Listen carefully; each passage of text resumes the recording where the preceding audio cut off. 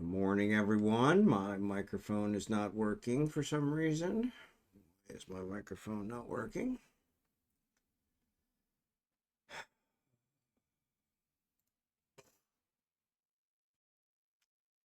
It's on. Good morning, everyone. Good morning, everyone. It does seem like it's working. Sorry. All right. Hopefully, you can hear me now. I'm Bondar JR, also known as the Silver Wolf, also simply known most days as Ron.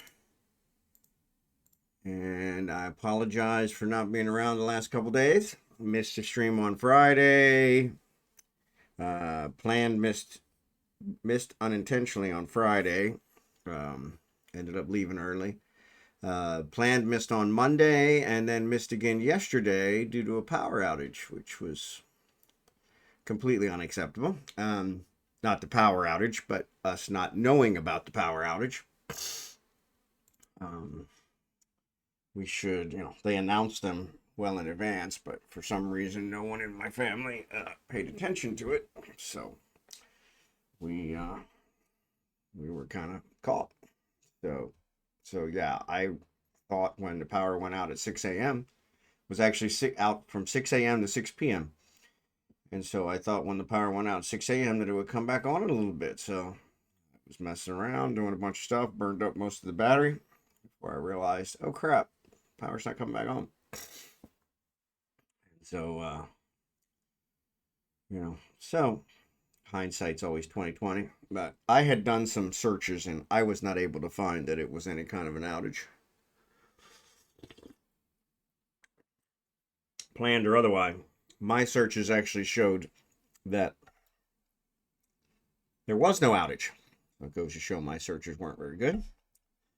But regardless, we did get it taken care of. So, as it was, we were at the hospital most of the day yesterday with my wife. She's okay. But while we were away for over the weekend, she was having some trouble.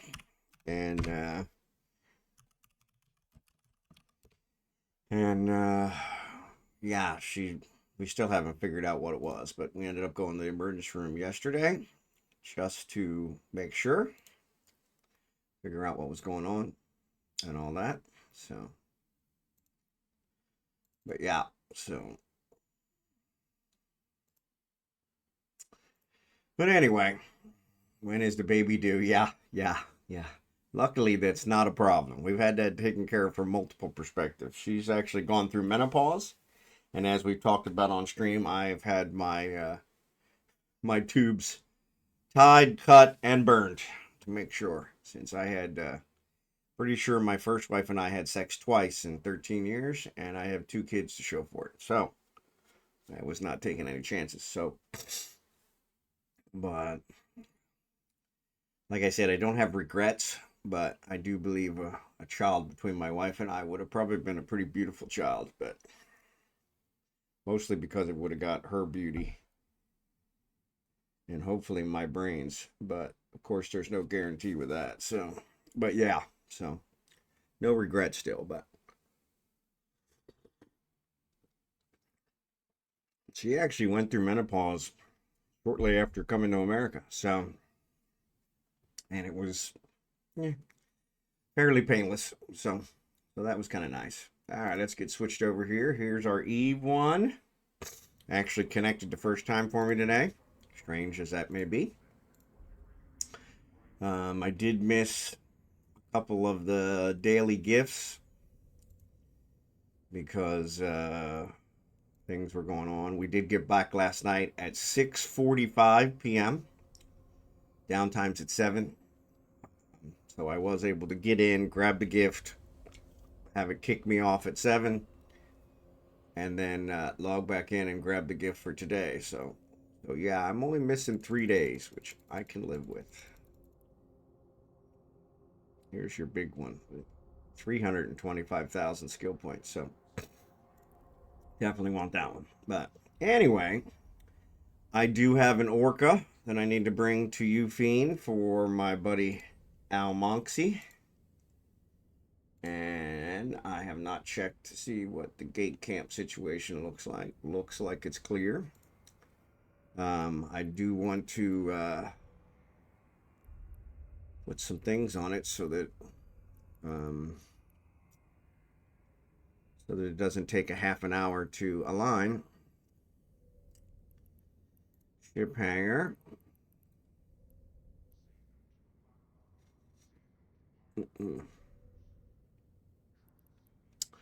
There it is. Unfortunately, I can never remember what they are. I might be able to borrow them from something else. I really need to buy a blueprint since I do use them on enough occasions.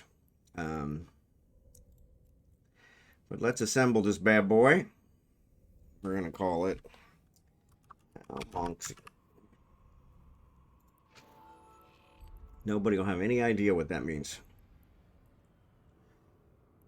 All right, so where would I have had it? I sure I put some on the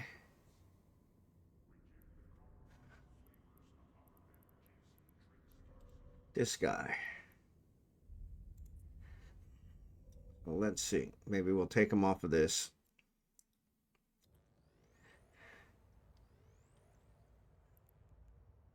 Since we're not flying it at the moment. Yes. Inertial stabilizers too. There it is. All right. Unfortunately, I didn't check to see how many low slots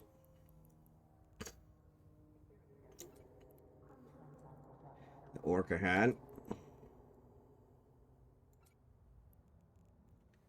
All right.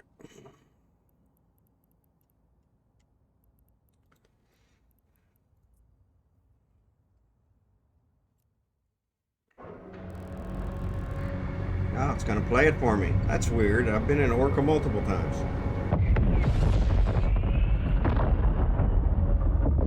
Okay, we'll take it. Got my coffee.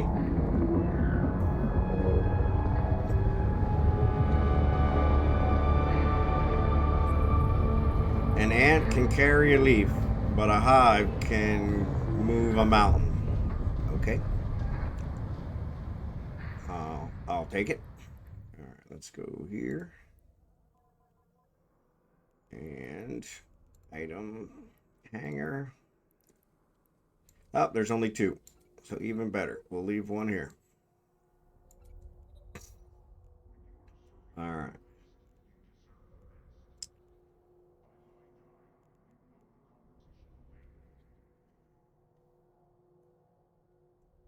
Align time, 18 seconds. What was it without these guys?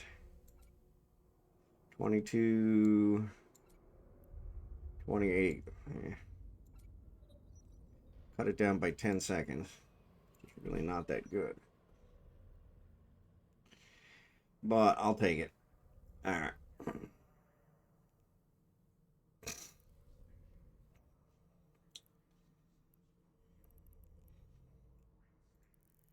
All right. So yeah, so no baby. No baby. No baby. Thank God. I'm way too old. Way too old to be starting that crap again. I love my kids dearly. But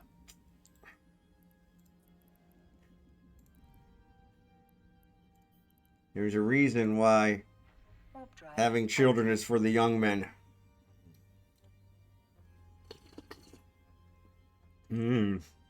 But I'm glad to be back streaming. I missed you guys.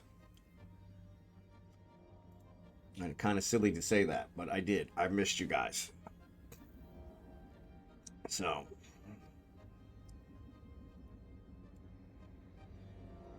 I missed you guys. So sorry I missed the mining event yesterday. I suppose if you guys want, we could mine today. I am headed to Ufine, and I would be happy to cover my absence from yesterday. If Scimitar, if you're up for it.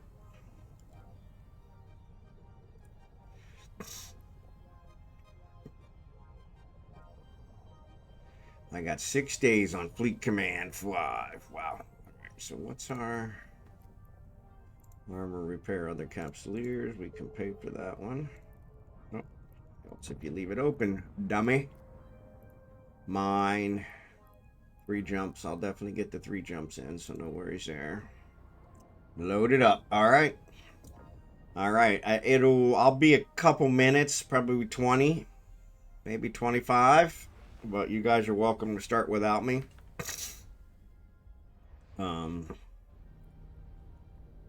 I am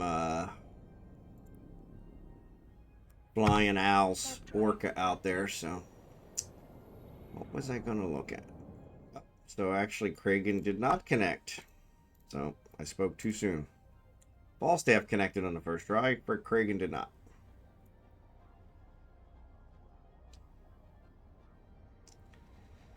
Alright, so we'll get him connected. I don't need him yet, but I was going to ask if you need an escort. Nah, I should be good. The gate camp shows no problem, so. And even if they don't, this thing will tank them long enough, so. They'd have to bring quite a few, so. Let me start getting people invited, but yeah, Kragan has failed twice now to connect. 2 new ships coming to Heath.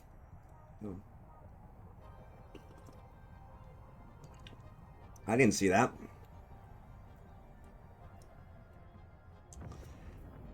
That's what we need. 2 new ships. No, Kragan keeps failing to connect. Sure won't.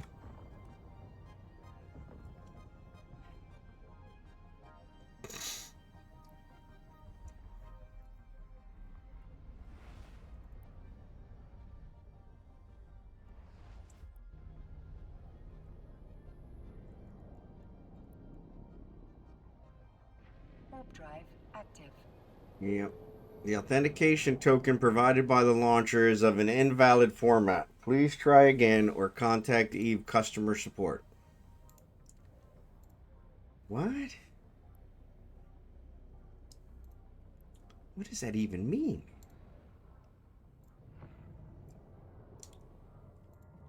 Well, it's the same launcher that launched Falstaff, so that doesn't make no damn sense. So.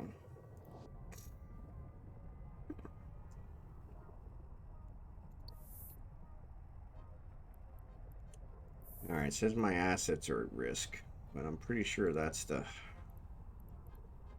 these guys, and they actually refueled it again, so I think we're good.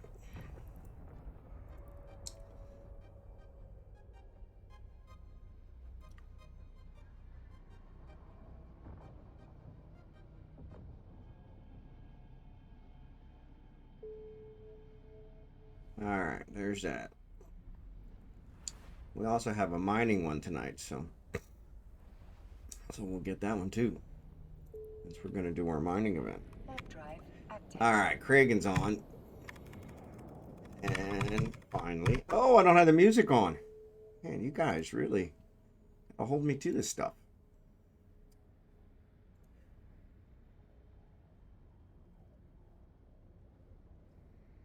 Scroll through previous tracks from this playlist. Do that. No, I don't want Smart Shuffle.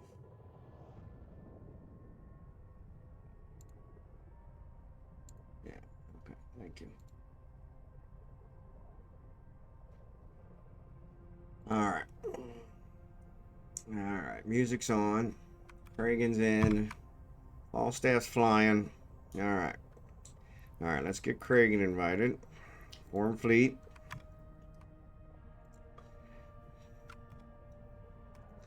And then let me get Scimitar invited. Oop. Got Scimitar. Al is here. No, I haven't seen him talk in chat yet, so we'll see. Lego's here. To see if he wants in. Haven't seen him talk in chat yet either, so.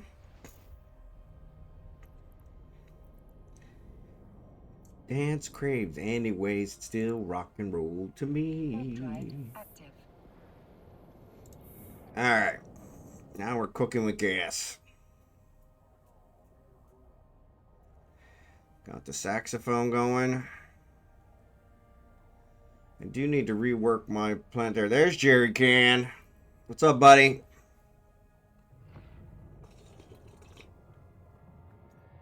Crap. I forgot the shuttle. Oh well.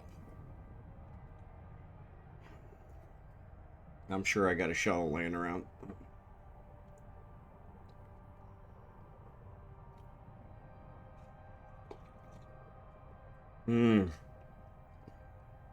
First coffee I've had in 3 or 4 days. Couldn't make coffee yesterday because the power was out.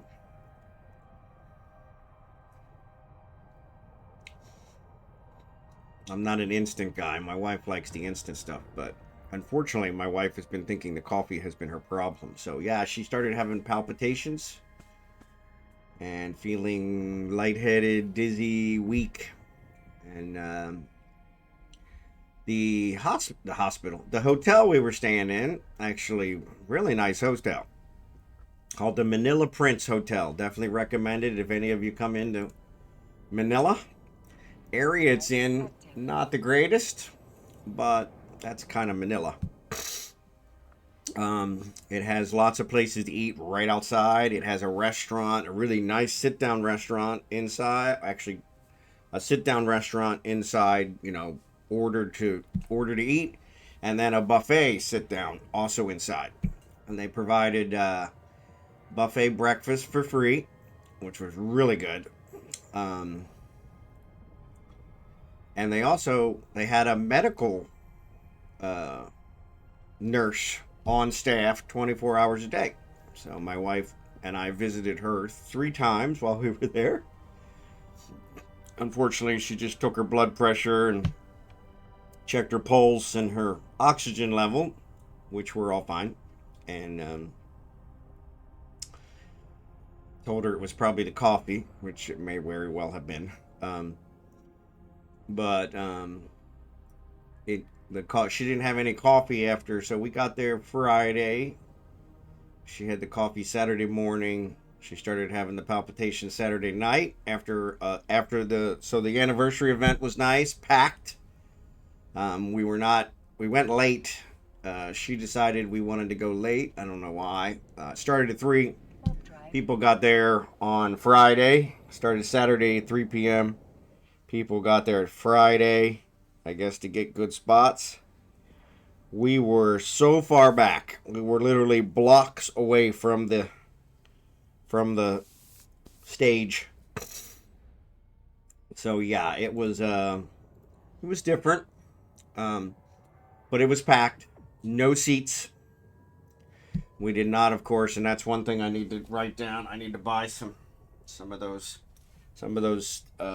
chairs you take to football games and stuff. I had several of them before we left Kansas City, and I gave them away. But I call them stadium chairs, but they're not stadium chairs. But they would have come in very handy.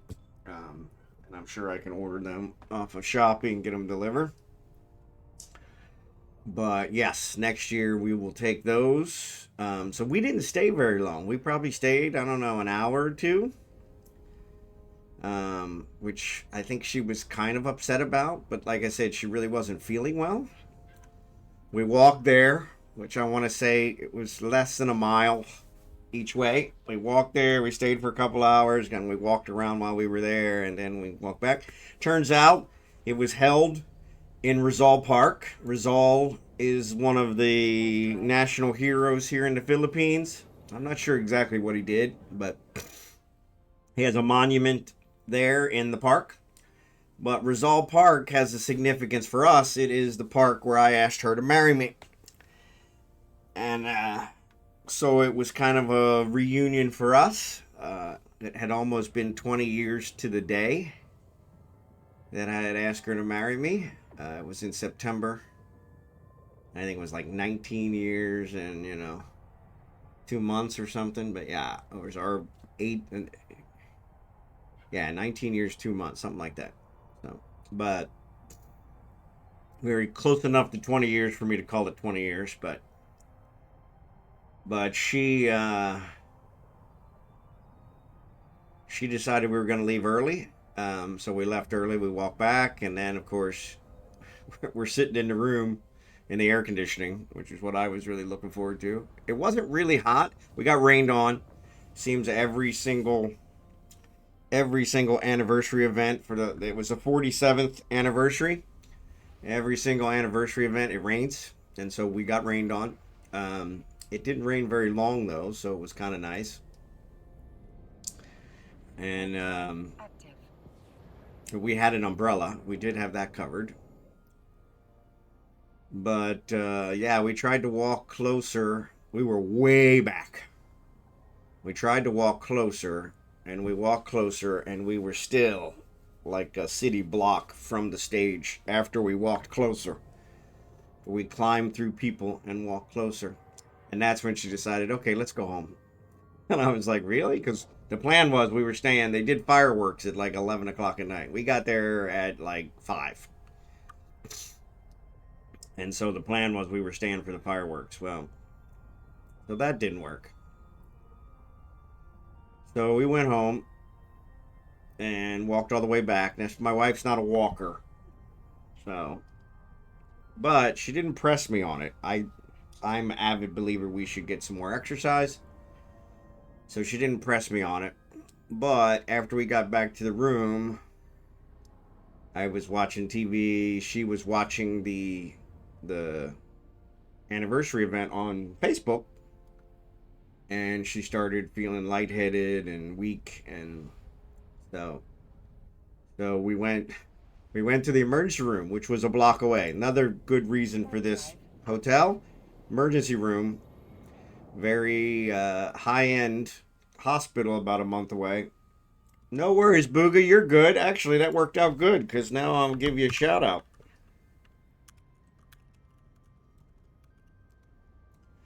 But yeah, emergency room about a block away from the hospital, which is always good.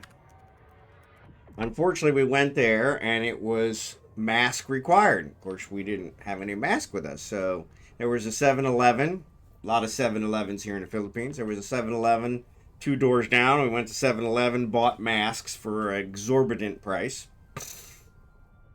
Still cheaper than here in America. But and then I mean the emergency room was packed, and so she was like, I'm not sure I want to go in there because there's a flu epidemic going on here in the Philippines now.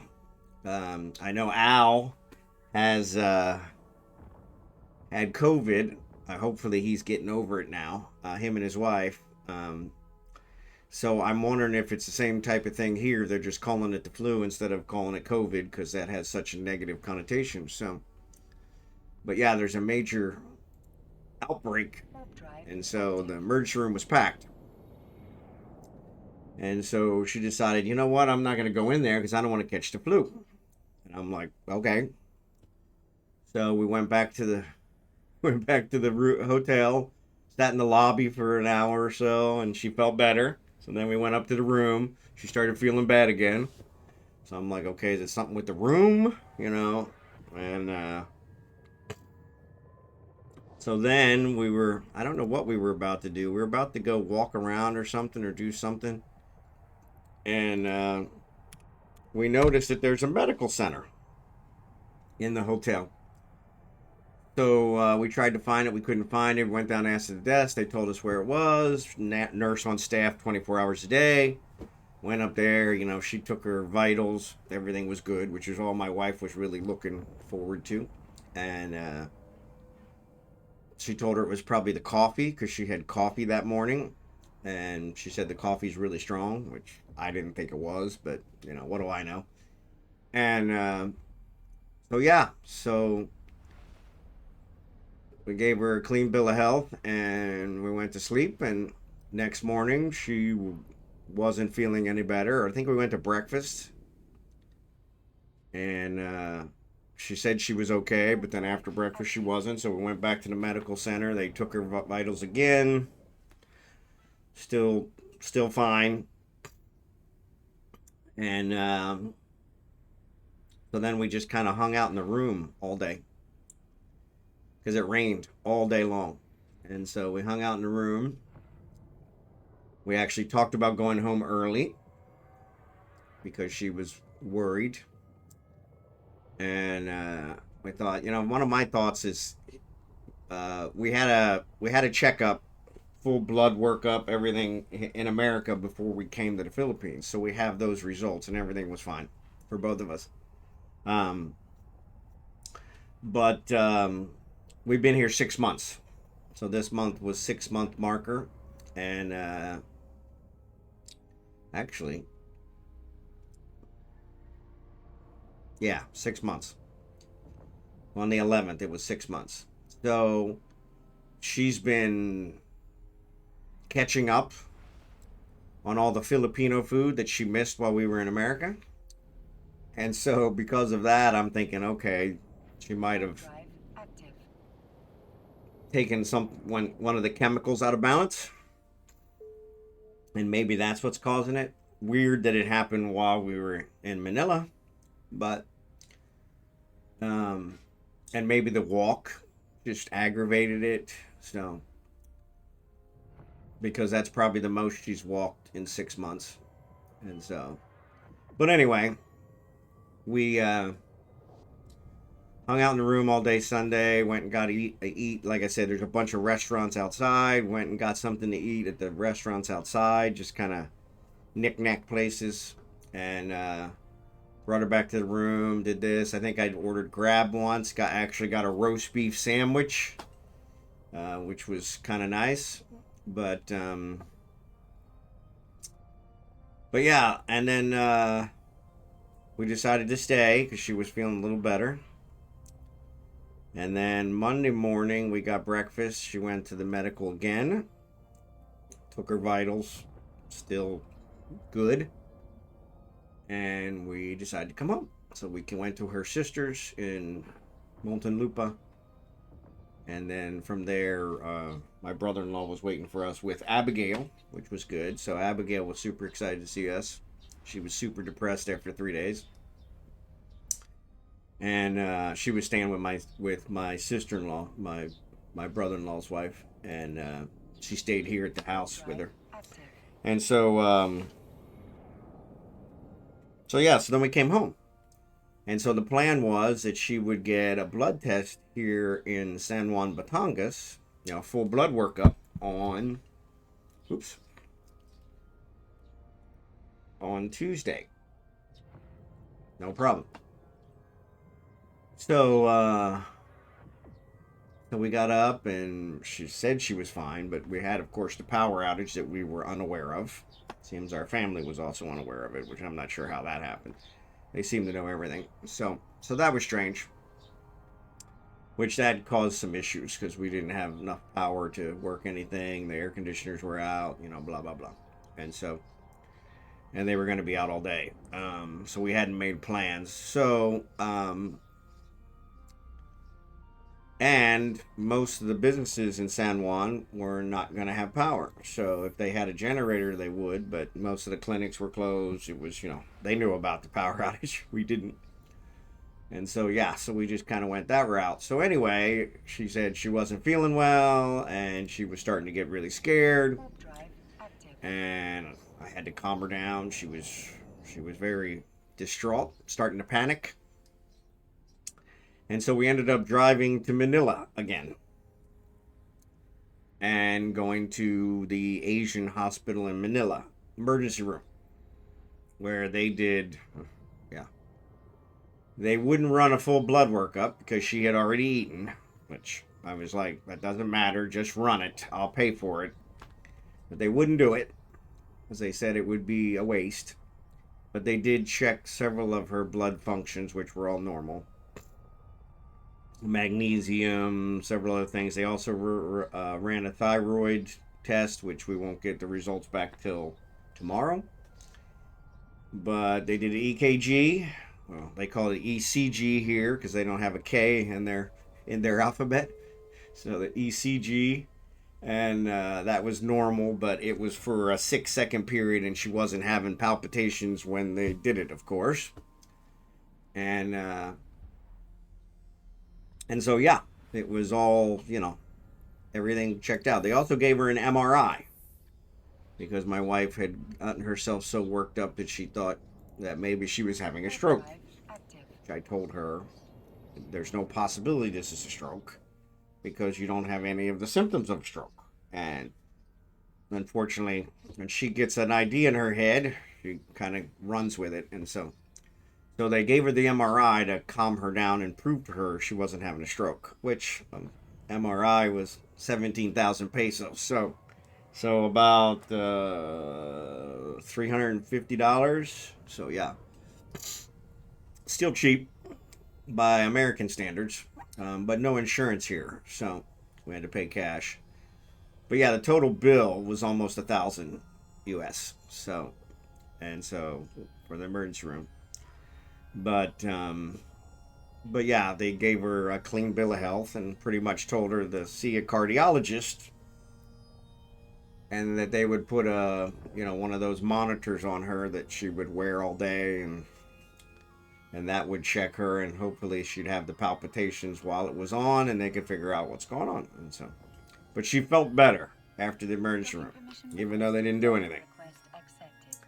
I think it just proved to her she didn't have a stroke, because the MRI, hands down said, no, you're not having a stroke. You have no indicators that you're even close to, being in danger of a stroke. So that was good. But all right, so let's take this baby off here.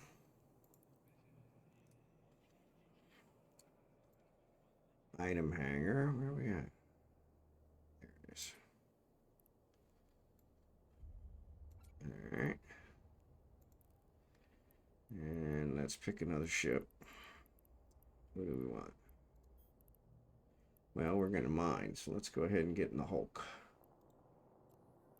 Board. Alright, let me go. Let me repackage this baby.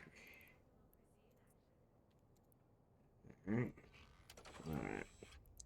Now let's check and see what the going rate is in...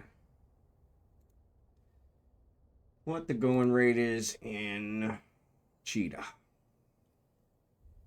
Or Orca. Actually, let's open this guy. Wait for it to come up. So, long story short, we pretty much were in all day yesterday. 1.73 billion. Okay, so less than 2. 1.73. All right. Where's my calculator?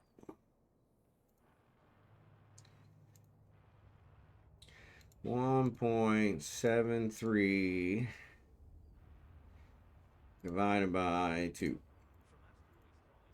comes to 865 million. All right. I should have been able to do that one in my head, but what's it say on here? Orca is 1.6, so that's even cheaper. So 1.688. 1.688 divided by 2. All right, comes to 844 million. All right, so that's what we'll give it to. 844 million. All right. Now let me contract this to him. Contract. What's up, Blue Gray? Good to see you, buddy.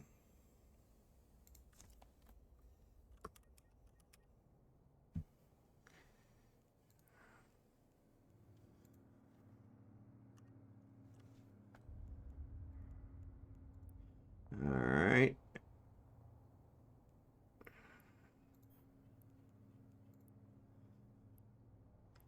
Next.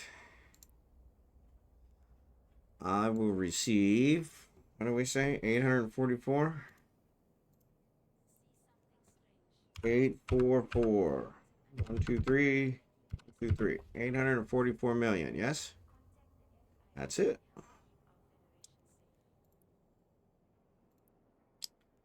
All right. Bingo.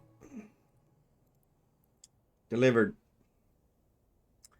Not too much. We're actually going to do our mining event today if you want to join us.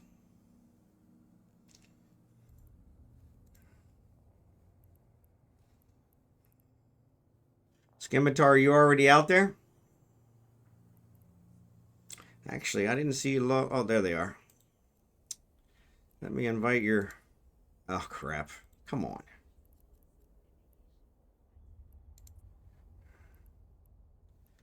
Let me invite your brethren.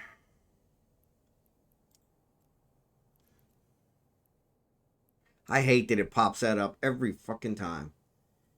I built the Orca and just delivered it, so... Yeah, so that was one that I had planned to do before I left, and unfortunately it didn't get done. It wasn't going to complete until 2 hours after we left for Manila, so kind of backfired. But yes, it's supposed to be Monday night, but I missed yesterday, so we had a power outage that I didn't know about, and so I didn't plan ahead, and so I didn't have enough power on my power bank to cover the stream and the internet. So yeah, so I ended up having to cancel yesterday. Plus, we were at the emergency room all day. So, well, another long story. Everybody's fine, but let me make a drink. No worries, you're good. You're good. I'm gonna head out to 7-7.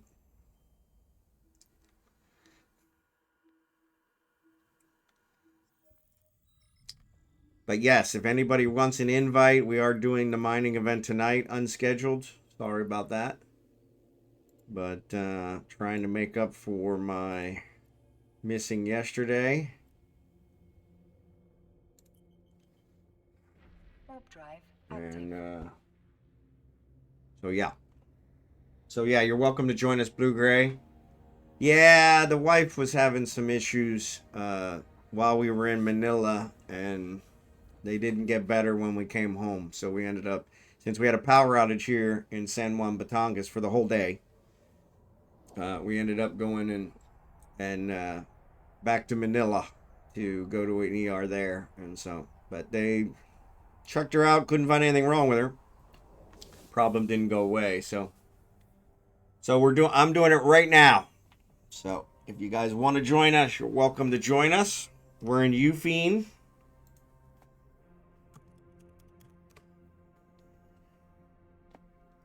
I don't know what you're talking about, girl pilot, for Canada. We're actually in the Philippines. American retired to the Philippines. Used to live in Kansas City. April of this year, we moved to the Philippines permanently.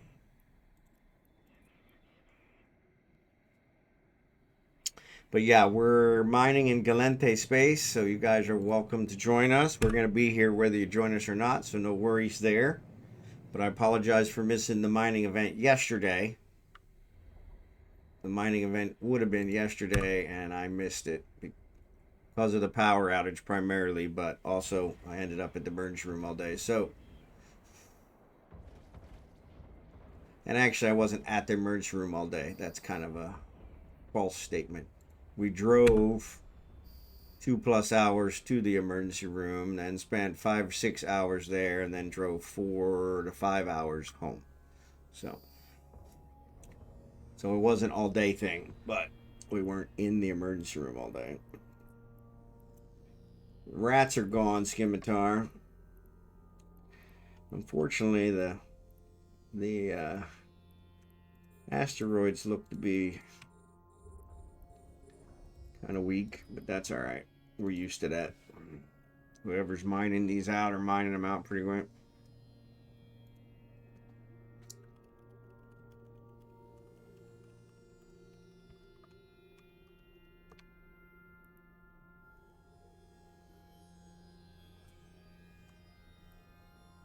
No worries, you're good.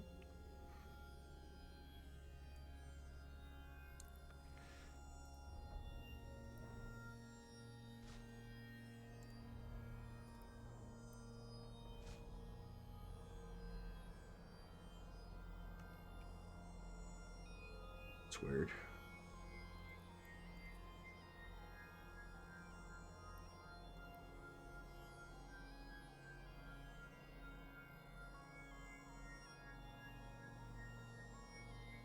But yeah, I'm in 7-7. Sorry, I should have gave you that one. Well, oops, if you drop it in the right window. There you go.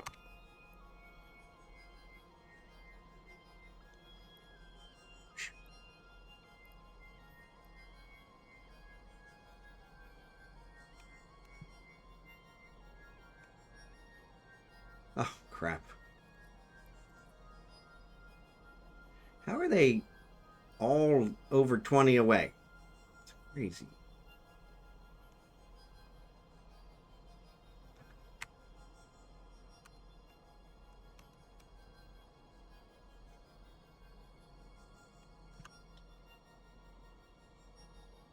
What's up, Seth? Good to see you, buddy. We're doing the mining event tonight if you want to join us. I haven't seen you in Eve in over a month, though, so understandable if you're not here.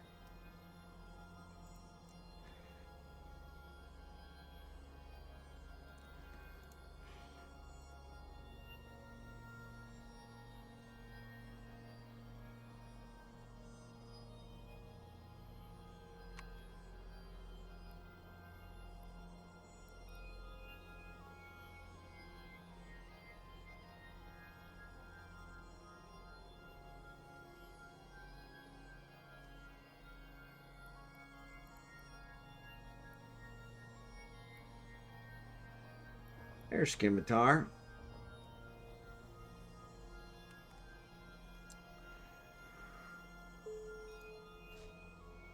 Alright. Actually, Scimitar, I need to promote you. Let me get that done.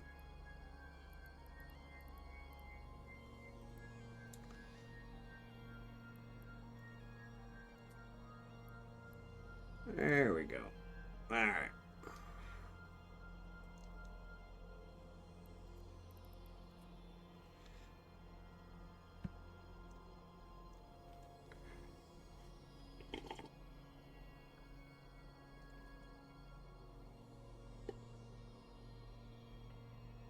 Yeah, normally, Booga, the mining event is Monday nights, U.S. time.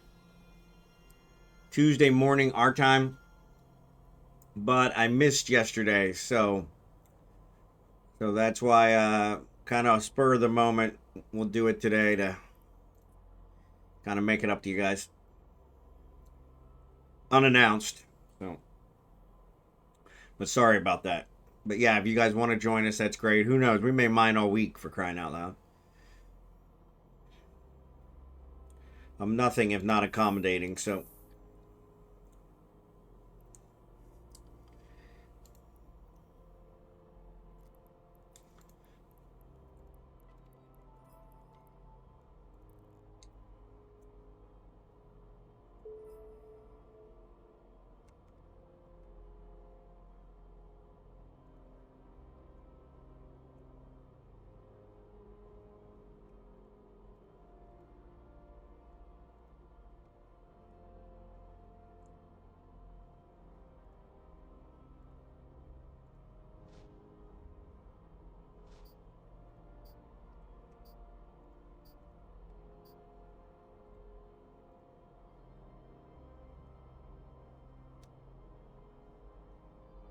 Clean up my Rex.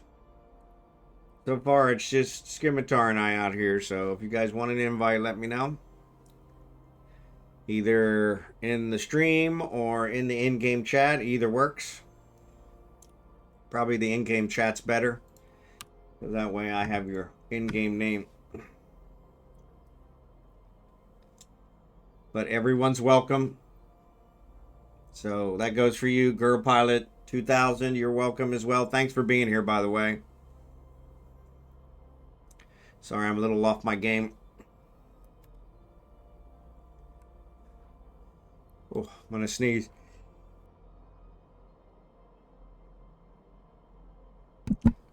Sorry about that. Hopefully you guys didn't catch the sneeze. Hopefully. Whew.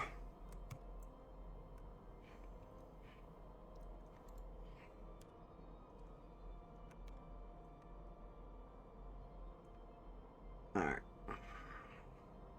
We will boost your socks off. Yes, we provide the boost. We provide the compression. You take whatever ore you get and do whatever you want with it. No charge, no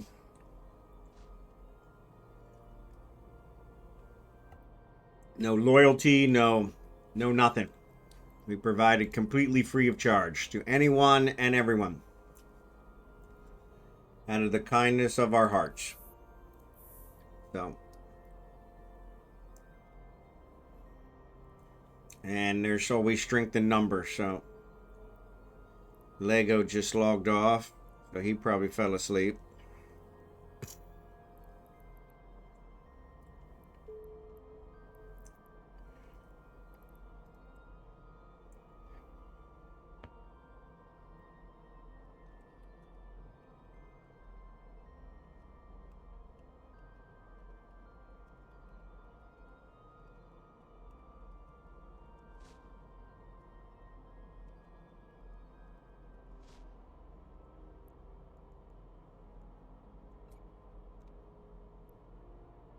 But yep, everybody's welcome. So yeah, just one of the things we provide for our viewers. Normally I do this every Monday night US time, Tuesday morning Philippines time, and but because of a power outage yesterday, I ended up missing yesterday's stream. So, which I hate to do. Tuesdays are the one day I don't want to miss. So, but that's another one I'm gonna jot down. I need to set up an alert so that I don't miss any more power outages. Unfortunately, here in the Philippines, power outages are a regular occurrence. The infrastructure here is not capable of handling all the power needs. My wife and I are actually building a house, and it will be fully solar implemented so that we don't have to deal with that anymore. But until we were supposed to break ground next month, and it's about a 6-month build, we've been told. So until that gets done, we're still having to deal. We're in a rental, so we're having to deal with the power outages. So I have a EcoFlow power station, which is excellent.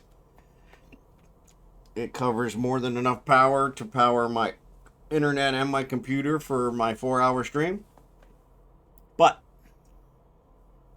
I need to be aware of it ahead of time so that I don't burn it up, use any of the power, because it'll pretty much cover the 4-hour stream and that's it, and the internet.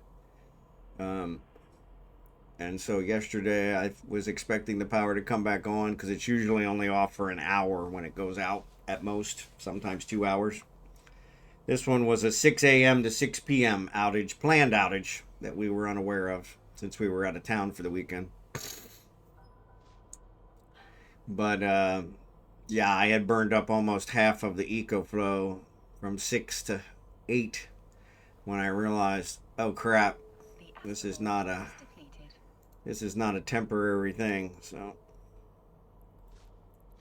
So yeah, we ended up having to try something else. Plus, we usually don't stay here when there's a power outage because it gets very hot, especially up here without the air conditioners. I have an air conditioner I run 24/7, 365 in this room and in our bedroom. And unfortunately, without the air conditioners, it really warmed up. Yesterday was one of the few days during the rainy season, which is from July to December, that it did not rain. So it was hot. And of course, we had no power. So perfect combination, perfect storm. So when we got home at 6:45, it was over 100 degrees up here. So, and I had the doors open and everything, and it was ridiculous. So that is the problem with still streaming when there's a power outage, is I will not have air conditioner, so you guys might see me sweat. Not that that's a problem, right?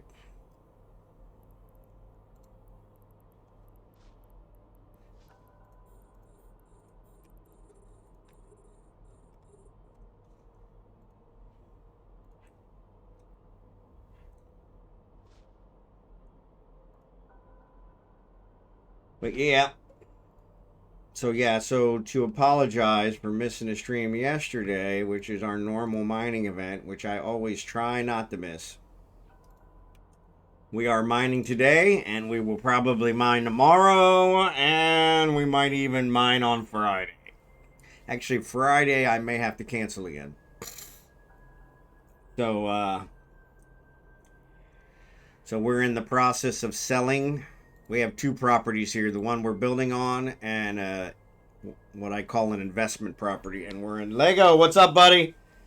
We're in the process of selling the first property we bought, you know, almost 20 years ago. And I think it was going to be either Thursday or Friday that we were to go and get the money and sign the paperwork over to them.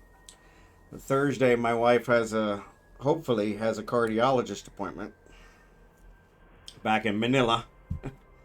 Yeah, it was good. We had a good time, but my wife was not feeling well, and so we've had some issues there. I was telling these guys we spent yesterday in the ER.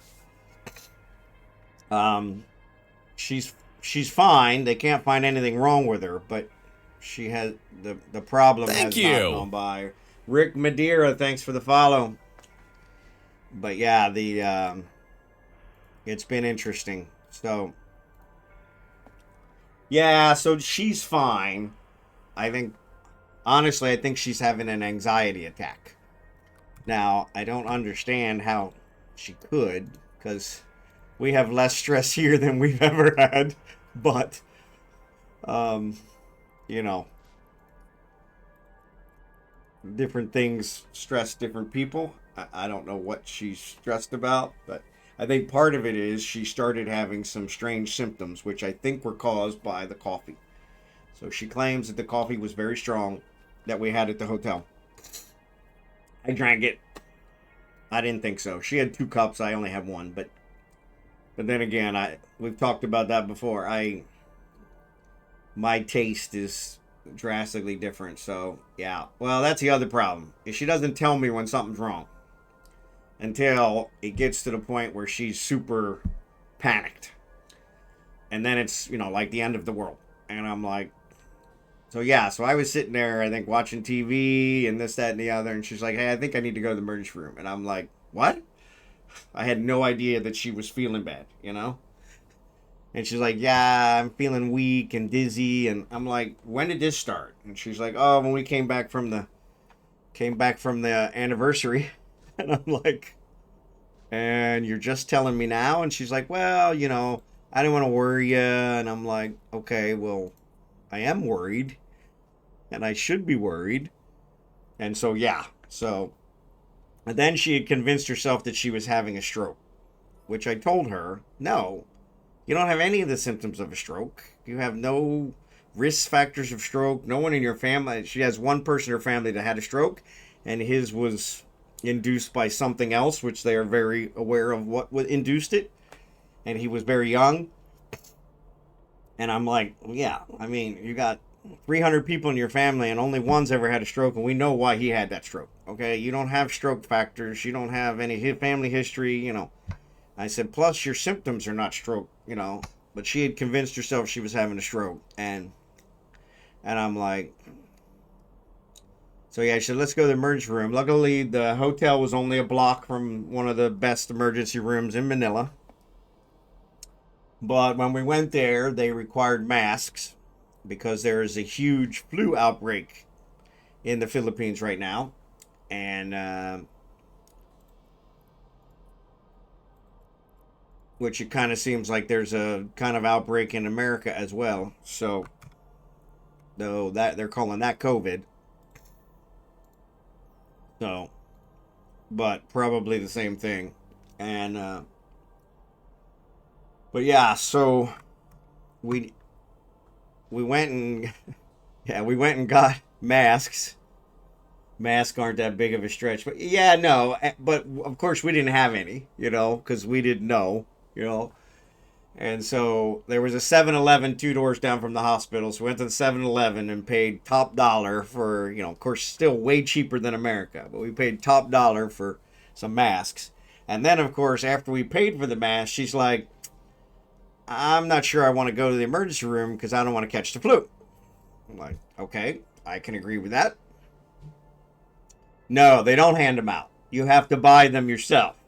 And they don't provide them, that you could even buy them from them, which I understand. That's kind of a conflict of interest. Hey, we require masks, and here we're selling them to you for $10 a pop. You know. But no, yeah, if they handed them out, I'd be perfectly fine with it. But yeah, so we had to go find them ourselves. And so yeah, don't get me started. Don't get me started. It's the Philippines.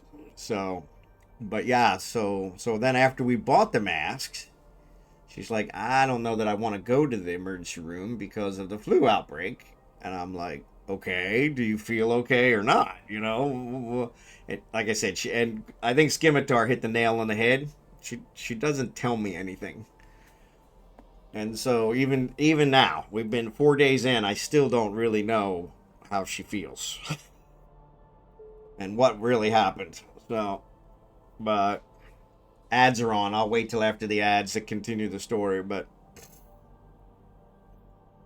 needless to say, she was feeling better yesterday. So, would you rather drive? Right. That's kind of where I was at. Well, at that point, I had no idea she could convince herself she had a stroke. Because I'm like, because once she mentioned stroke to me, I'm like, no, you don't have any of the symptoms of stroke.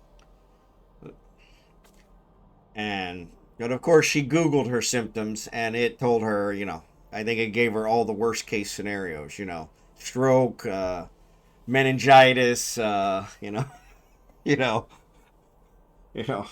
brain tumor, and I'm like, so then she had gotten herself so worked up that she was having panic attacks, which is what it seems like it came down to. So it started with she was having palpitations from the coffee because it was strong. And she then panicked herself into thinking she was having a stroke to give herself a panic attack. So then, of course, yesterday, so when we were at the, yeah, exactly. And I've tried. I love her dearly. I do. But that's one thing she is not. I mean, even when we were going through it, she's just like, hey, I'm really sorry. And I'm like, sorry for what? Sorry that you don't feel well? That's no reason to be sorry. And so, yeah. But God bless her. When they wanted to give her the MRI yesterday, so she told the doctor at the ER yesterday. So yeah, so we came all the way back from Manila at our regular time, and then drove all the way back to Manila yesterday to go to a different hospital, which is the #1 hospital in Manila. And that doctor, she told that doctor about the stroke thought, and the doctor said, you don't have a stroke. You have none of the symptoms. But she said, but you know what? We'll give you an MRI to prove to you you're not having a stroke. So they gave her an MRI, and it proved that not only was she not having a stroke, she had no possibility of having a stroke ever at this point in time. Unless things drastically change between now and the future, she has no chance of having a stroke. And so that made her feel better, which is good, because that's what we want. And that calmed her down. But I was like, that's pretty much what I had already told you. But it's like... And then, of course, she was upset because the MRI cost 17,000 pesos. And I'm like, yeah. But I was there with her the whole time.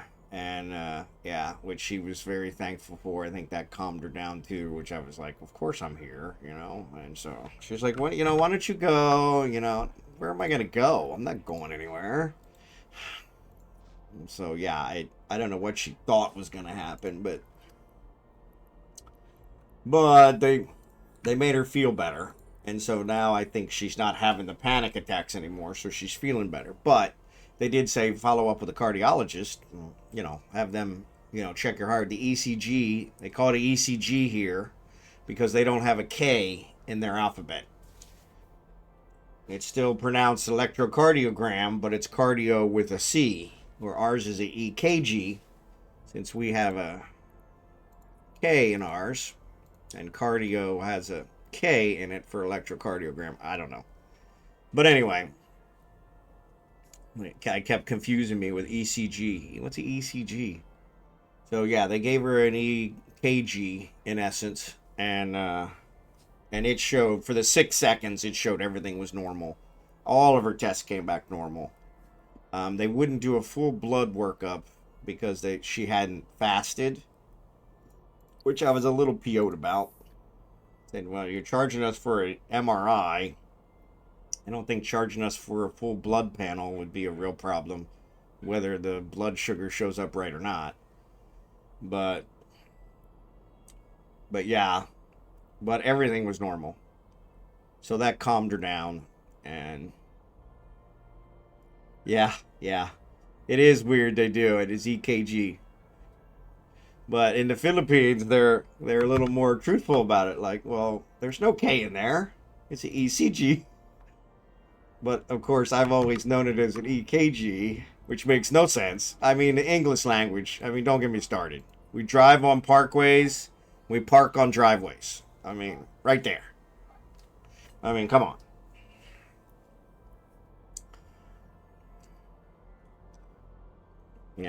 According to Gemini, English is ECG. It's EKG in German. Okay, so maybe that's where it was, EKG. Yeah, because they probably don't have a C in their alphabet. So, but yeah, I don't know.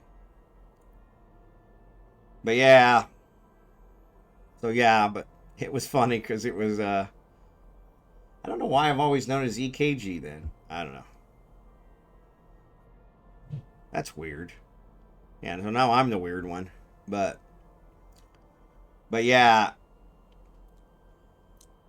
the hospital actually had a medical nurse on staff 24 hours a day, which was above and beyond. I have never stayed in an American hospital where they had a nurse on staff.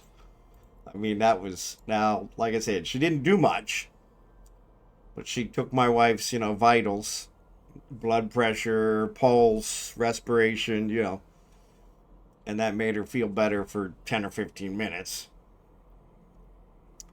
But yeah, we wanted the full blood panel workup because my thought was that she's been here 6 months and she's been cramming down all the Filipino foods that she could not get in America. And so I'm wondering if she's overloaded on something, iodine or some chemical that they have here that she didn't get for the last 20 years in America, and that she wouldn't have had a problem with for the 40 years she lived here prior, because she didn't eat it in a 6-month period. And that was my thought, is that something was just out of balance and it just happened to display this weekend. My theory now is that the coffee gave her the first palpitations, the coffee and the walk. Because we walked to and from the anniversary event, which was probably about a mile each way, which is really not a long walk. But it's more of a walk than she's done in the 6 months we've been here. And so we walked there, we walked around there for a couple hours, and then we walked back. So she had a couple, in the course of a 3-hour period, 4-hour period, she had like a 2-mile walk, probably close to 3 mile, because we walked around the park quite a bit. And that combined with, with the coffee, I guess panicked her. She had some coldness in her hand and in her leg, but it was, of course, her left leg and her left hand. And thanks, Al.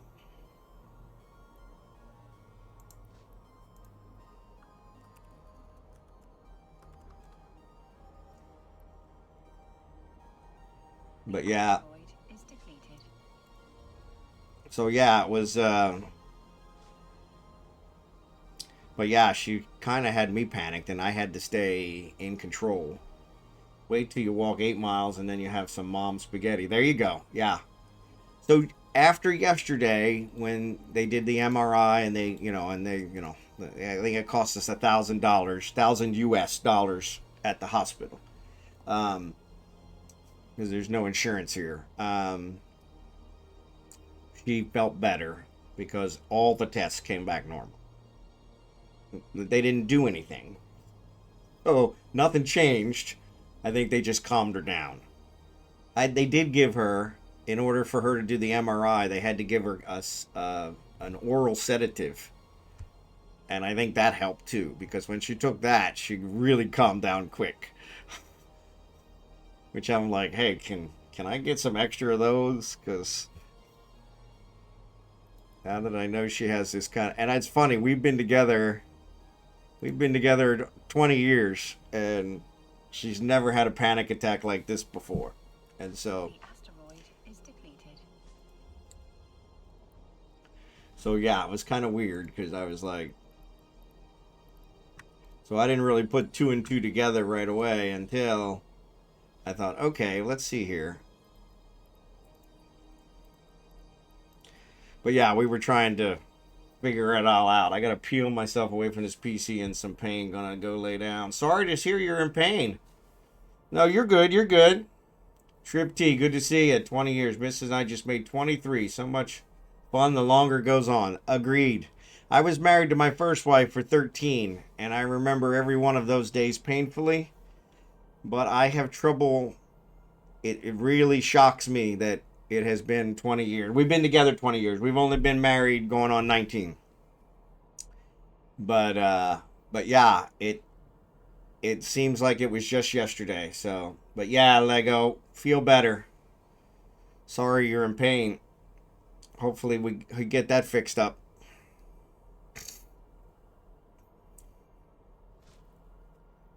Thanks, appreciate it. And congrats to you, 23 years. That's a major feat in today's society.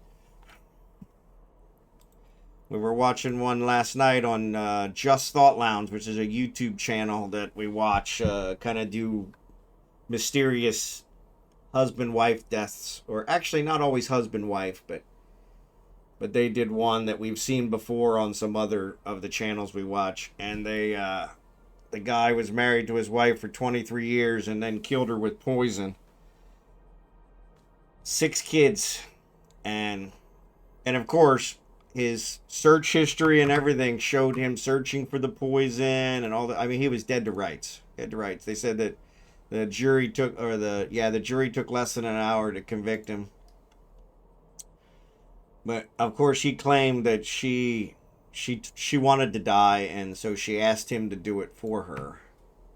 But she didn't have the strength to do it herself. But ironically, her search history showed her trying to figure out what was wrong with her for the last couple weeks of her life. She was searching drastically to try and figure out what the hell's going on. And it's like, okay, if you had asked your husband to poison you, I don't think you'd be searching for what's going on. So, but yeah. They also have a video conversation of her talking to him and saying, how come the people at the hospital think I'm trying to commit suicide? Because I guess she was in and out of the hospital several times before she finally passed. And every time she went to the hospital, she miraculously got better and then came home and, got worse. COVID is over. Praise God. Praise God, Al. I was praying for you all weekend, so I'm glad to hear that. 4 hours in a dentist chair today. Still kicking. Ouch. 4 hours in a dentist chair? What? They rebuild your mouth? Wow. Glad to hear COVID's over. I was worried about you.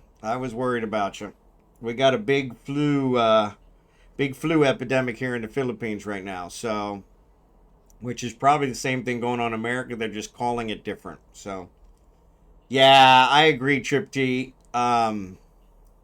Yeah, that was kind of my wife and I's point is, I mean, you spent 23 years with this woman. You have 6 kids with this woman. I mean, one of the kids was only like 2 or 3 years old.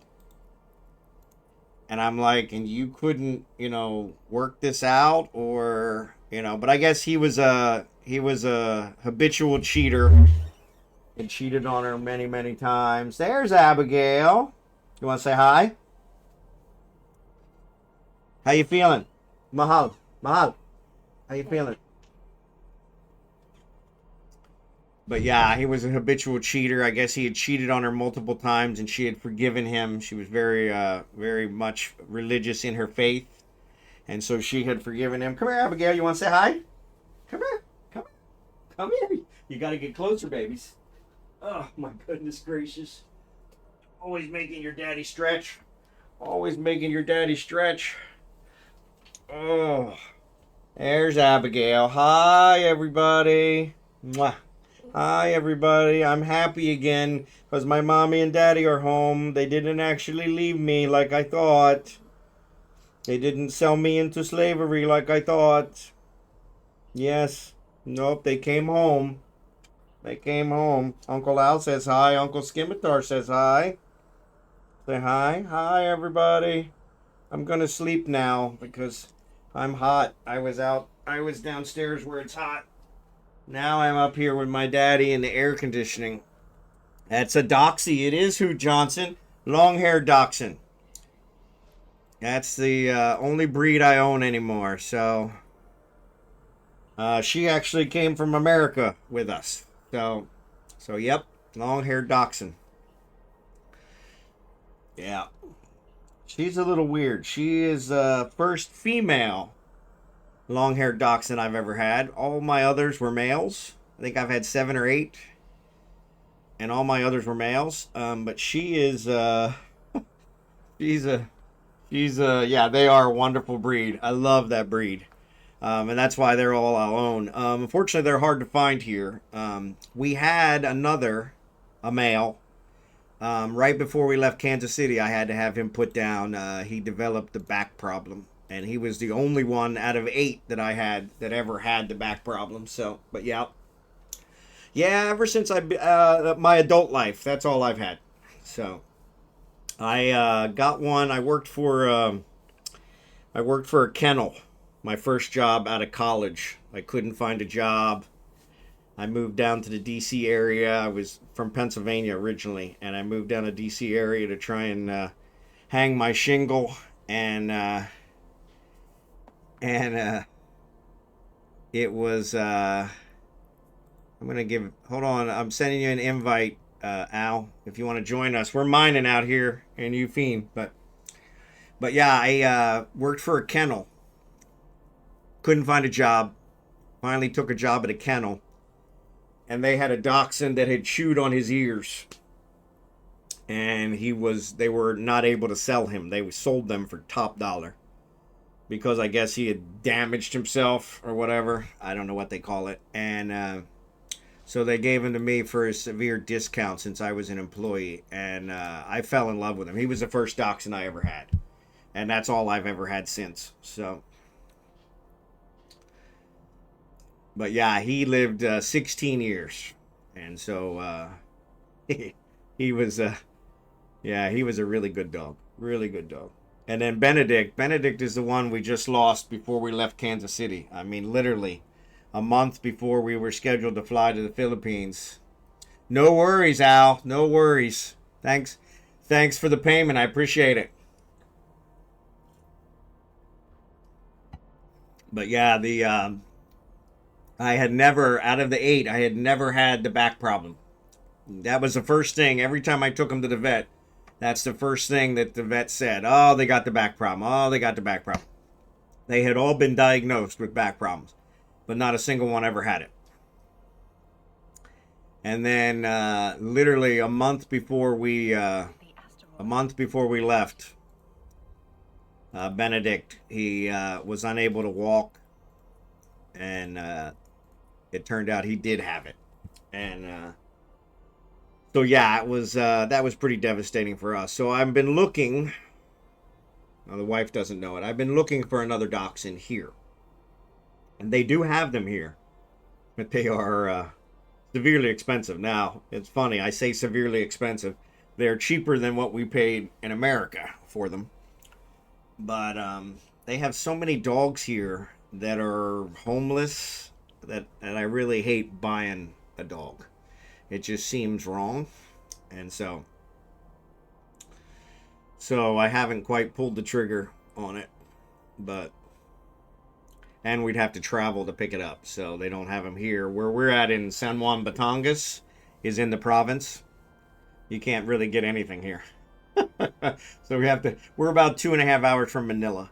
So it's not hard to go there, but it's an all-day thing. That's where we were yesterday. We went to Manila to go to the hospital. So my wife, we took her to the hospital to get checked out. So, and she's all good.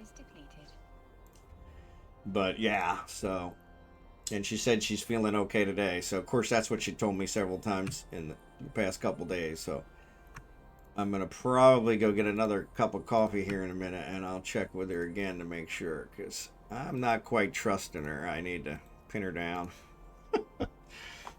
Couple of balloons, I can make you one. There you go. There you go. Yeah, it is a breed defect. Yeah.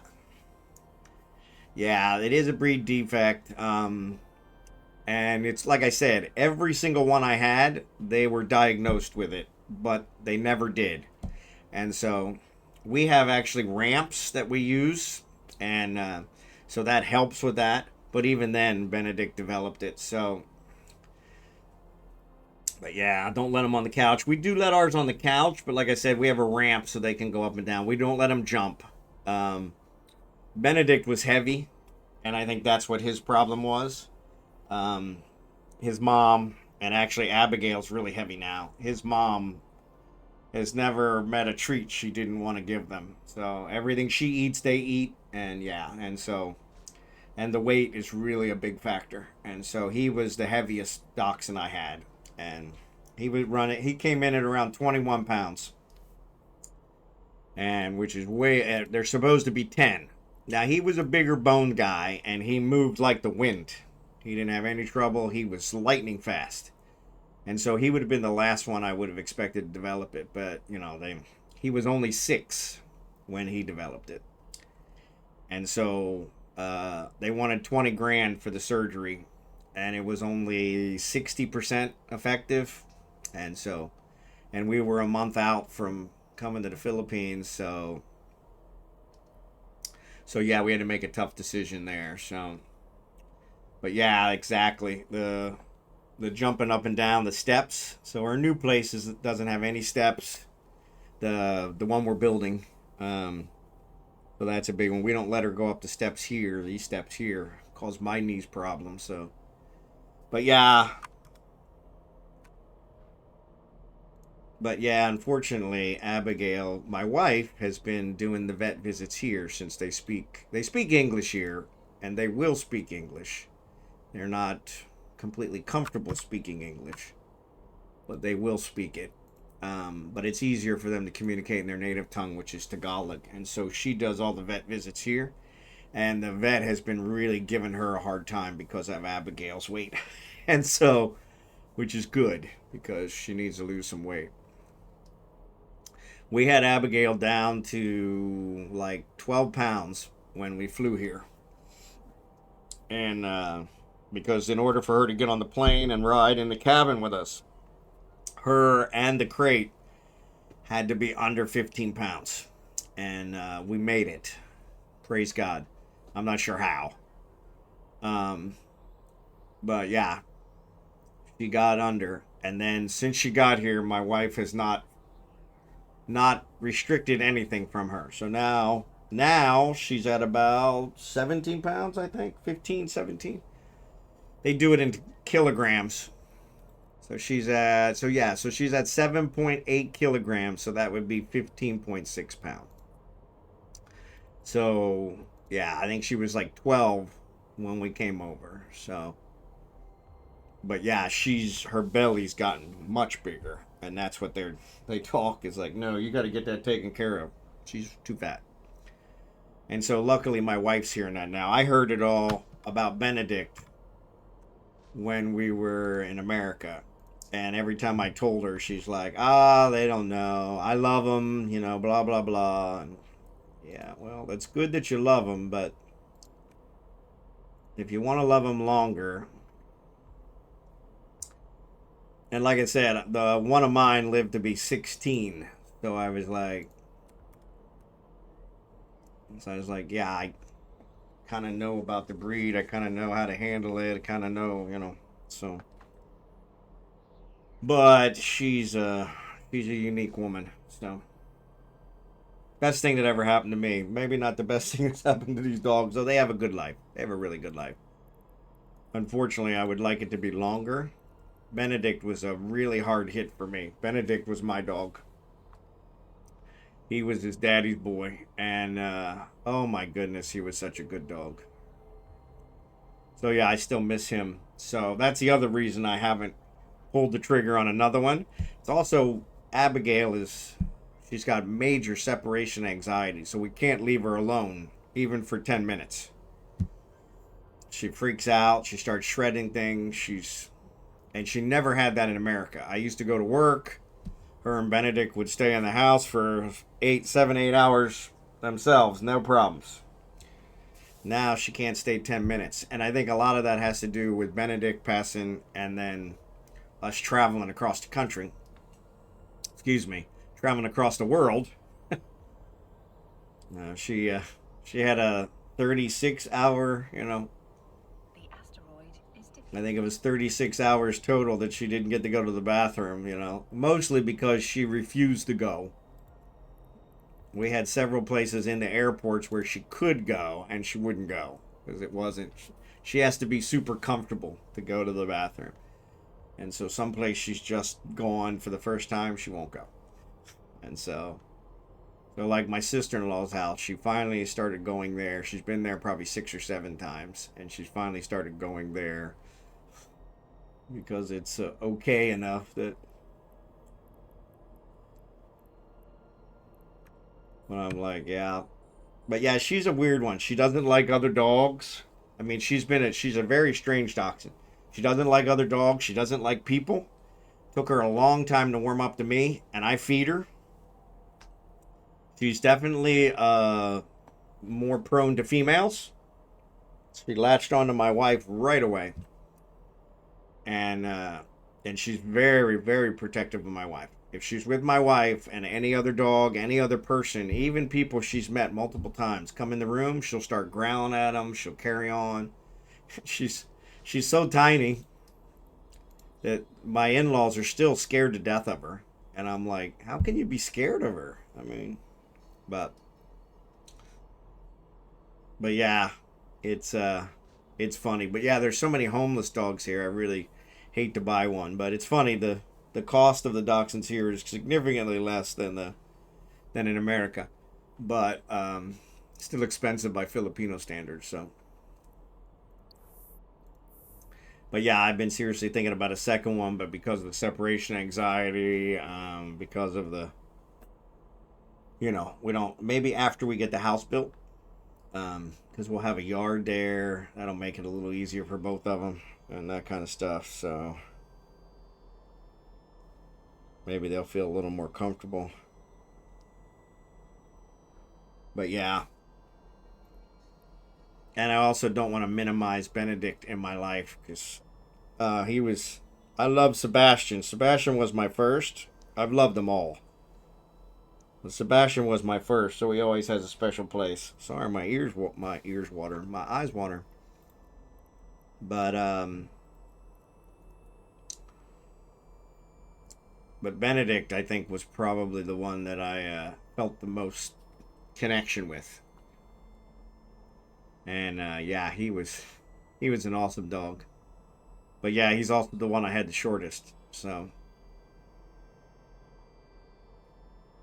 but as it was, we would not been able to have him in the cabin with us. He was too heavy. There's no way I could have got his weight down. And yeah, because of that, I think that would have caused some problems. We had looked in a couple places to ship them, and their track records were not really good. So that was concerning. Um, but yeah, the so yeah, I'm not. We had actually planned on shipping them, and we had put a down payment down on shipping them. and we didn't get that refunded, unfortunately. And so yeah, but yeah, we found out later that they were not the most reputable company. So so yeah, probably honestly, it was probably worked out for the better. Hate to say that because I miss him, but I would have been devastated if something had happened to him during transport. So so yeah, so Abigail's laying down now. She likes being in the air conditioning with her dad. She's definitely an air conditioned dog. She can't stand the heat. Man, why are my eyes watering? But yeah, their backs, because of their build, their backs, especially when they're overweight, their backs are kind of a problem. And I had heard about it the whole time I've had dachshunds, but like I said, I never experienced it, so I was kind of skeptical that it really was a problem until Benedict developed it, and it was obvious. I mean, he couldn't walk. I mean, his deteriorated very rapidly. He went from not being able to stand up on Friday to not being able to walk at all by Sunday. And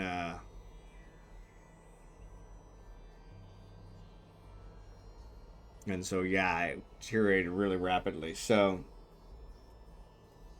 but yeah, they wanted 20 grand for the surgery, and it's 60% effective, and that didn't include the MRI they'd have to do ahead of time. I think that was 5 grand, so it would have came out to about 25 grand total.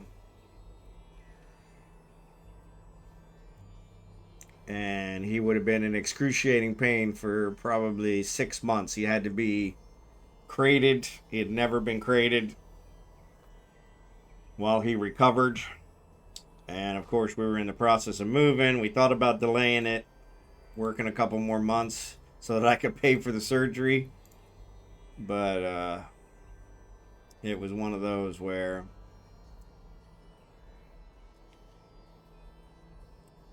still wonder if I made the right decision there, but he's in a better place. So that's what it really is.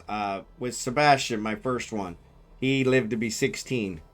And I think I took him 4, 5, 6 times to be put down because he was in pain at 16. And I could never bring myself to do it. I kept him around for my benefit. And I swore that I would never do that with another dog ever again. Because I didn't want him to suffer just for me. So that was kind of part of the decision making with Benedict. But yeah. So yeah, so would I think Abigail does benefit from having another dog because she needs to learn to be a little more social. The asteroid is depleted. But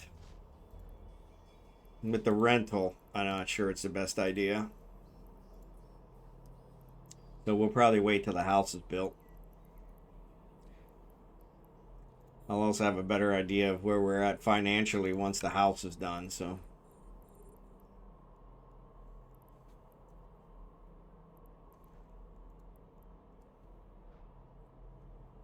Not that I think we're having any problems there. We're in good shape, but better to be fully fully engrossed. Have it fully figured out.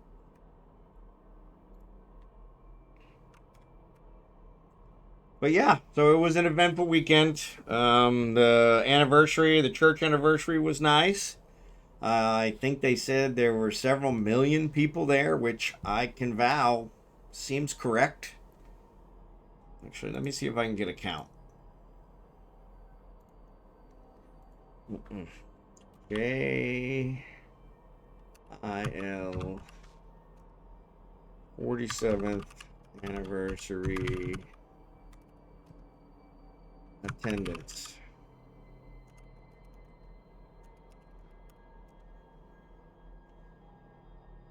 Yeah, so it says over 1 million.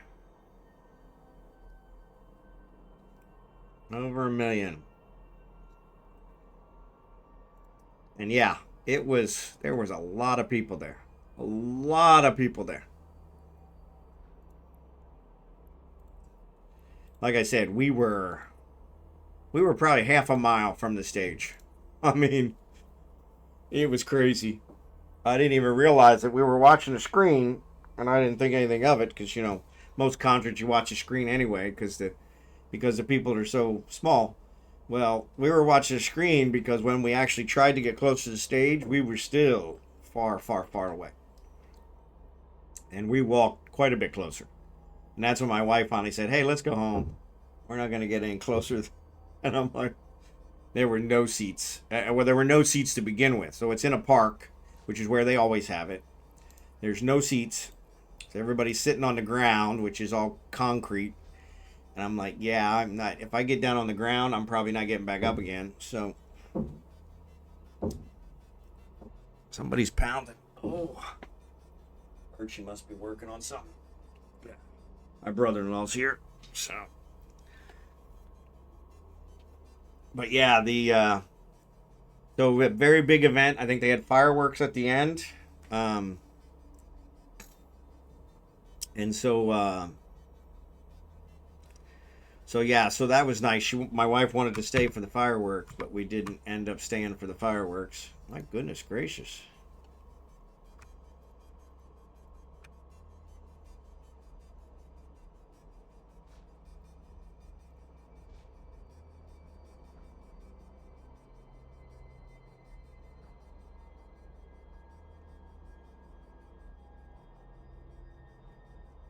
She ended up watching the fireworks on Facebook, so she said she actually had a better seat that way. So that worked out. But it was right after the fireworks, so like 11:30 p.m. Dragon fruit. Yeah, I don't know if he did or not. I hope he did. We've been asking for it. Unfortunately, he's got like 5 plants, so it doesn't produce fast enough for how I eat it. So, but yeah, that'd be another good one because that gives a ton of benefits. The dragon fruit is just an incredible fruit, and it tastes great, so even better. But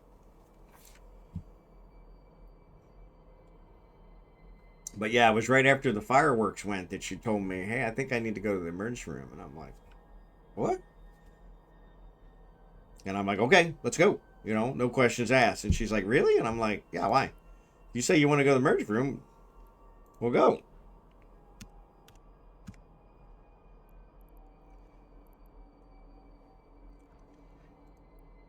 No questions asked. So yeah, but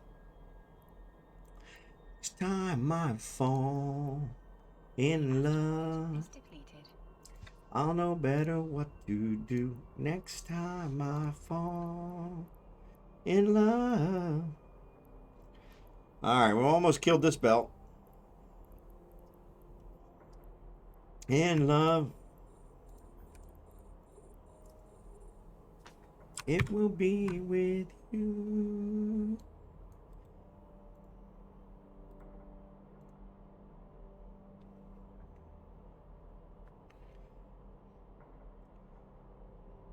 But yeah, hopefully he did bring some dragon fruit. Scimitar, good memory, good memory.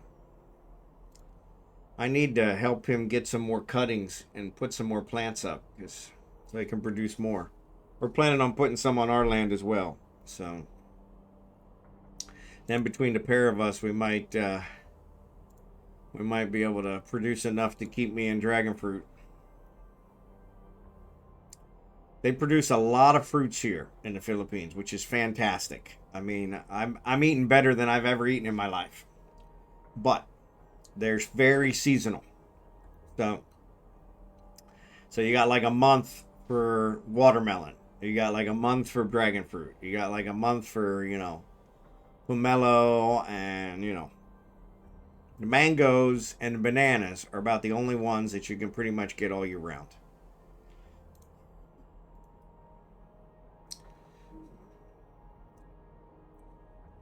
I will know better why the next time I try. Oop.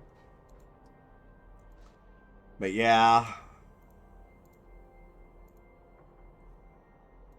Like we had watermelon at the hotel, which we've not been able to get watermelon here in the province. We had watermelon at the hotel, and it wasn't sweet, so they were definitely shipping it in from somewhere.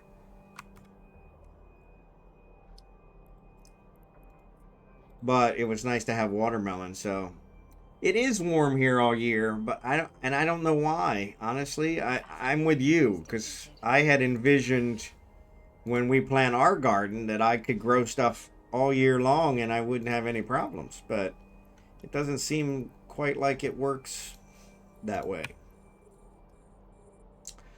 So, which is interesting.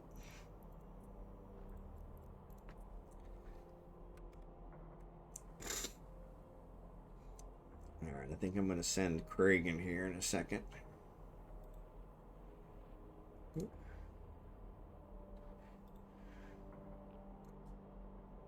We got everybody salvaged.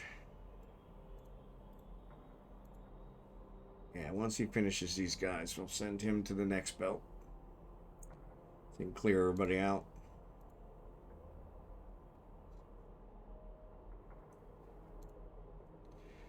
But yeah, it's weird because it's like, I'm with you. I thought since it was warm all year, and it is warm all year long, but it's weird. It just seems like things don't grow. Like tomatoes. Tomatoes don't really grow well at all. You can grow them, but they're very small. They're they're green, which I showed them how you can make them red. You put them in the windowsill, but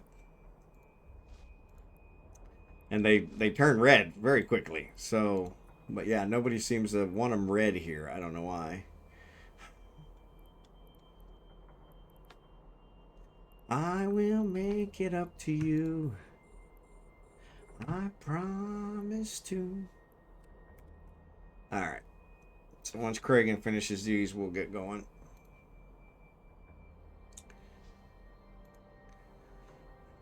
I can't let go. But yeah, so yeah, I'm not really sure why either. Kind of weird. Kind of weird. Because I'm with you. I was like, it should work out better.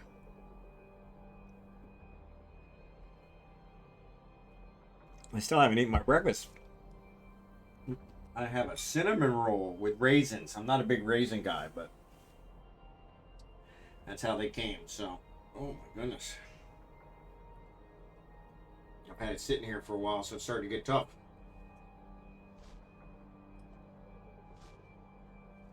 It's got cinnamon in it. I love it. I haven't met anything yet with cinnamon that I didn't like.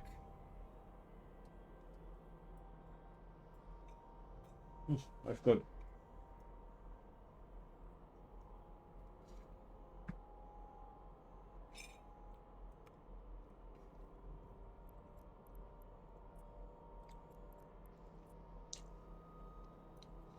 Yeah, that's good. But yeah, I'm with you, Scimitar. I thought the same thing.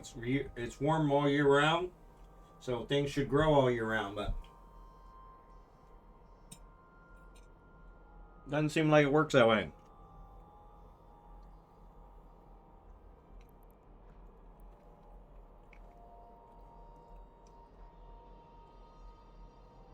They grow rice all year round.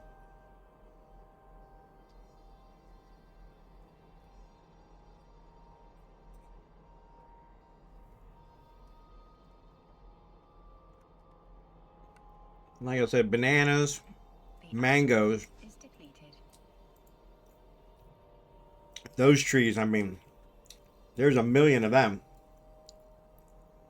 All right, I'm going to send Craig into, let's go 7-6. We'll go down. I think we went up last week.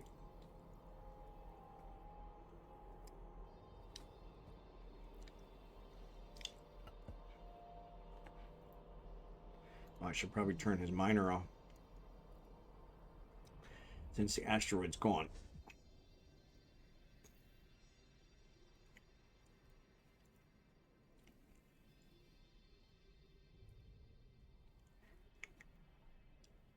All right, we got some rats.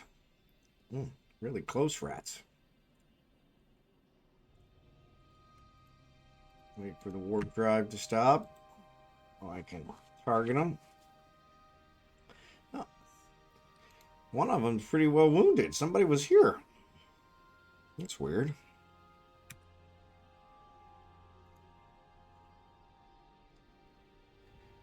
Looks like somebody targeted it and then maybe ran off. I don't know. Let's see. Is there any drones here? No, no drones. Just mine. Well, maybe somebody took off and left some drones.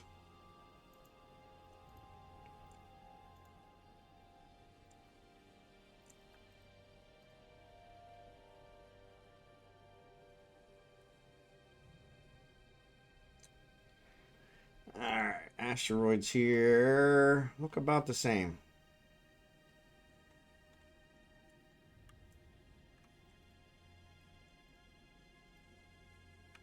Actually, there's more of them, though.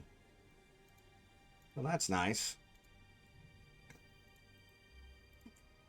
Well, that's nice.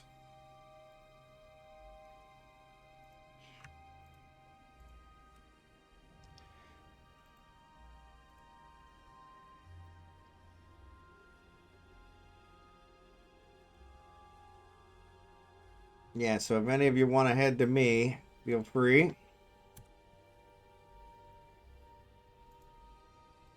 All right, to Kragan, sorry. I should have said that.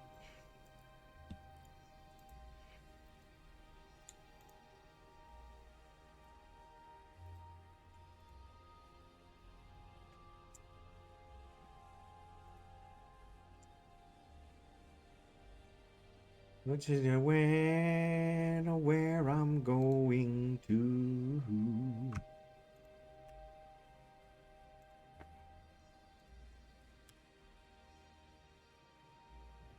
Soon I will be free.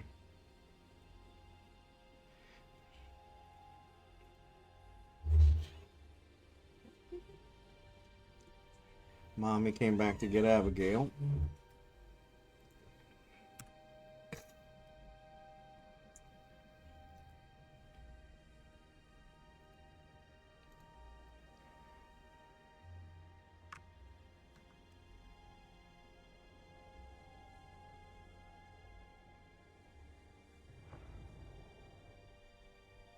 All right, yeah, so if you guys want to warp to me, I am established here. Otherwise, we will warp together.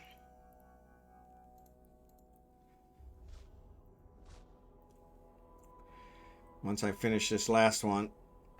It looks like compression's off. So I suppose we could warp down. Everybody's got their stuff in. Looks like several of you already went, so yeah, let me know if you guys want to go. It looks like, yeah. Compression's down. I may as well fill up.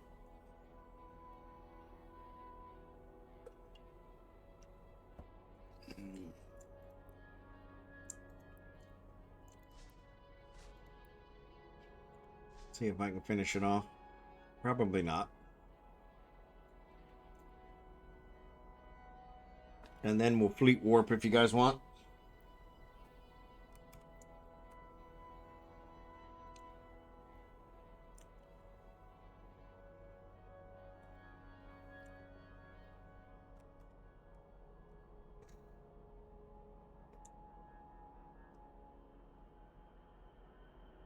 Fish on.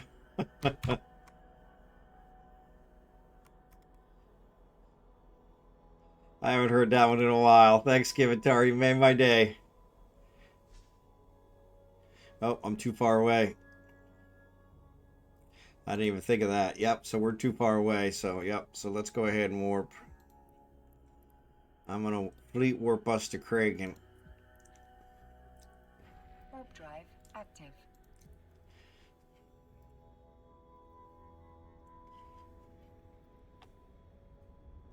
But yeah, I agree with you. I thought it was warm all year here too.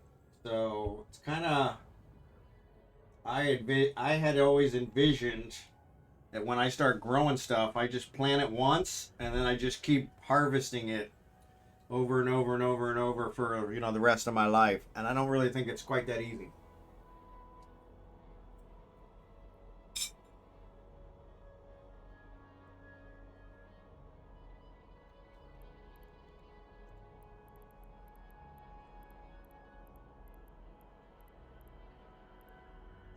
No rich plague. Not a massive scordite, but no rich plague.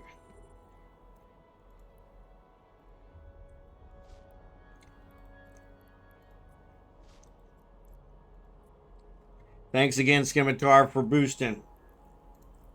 Awesome sauce.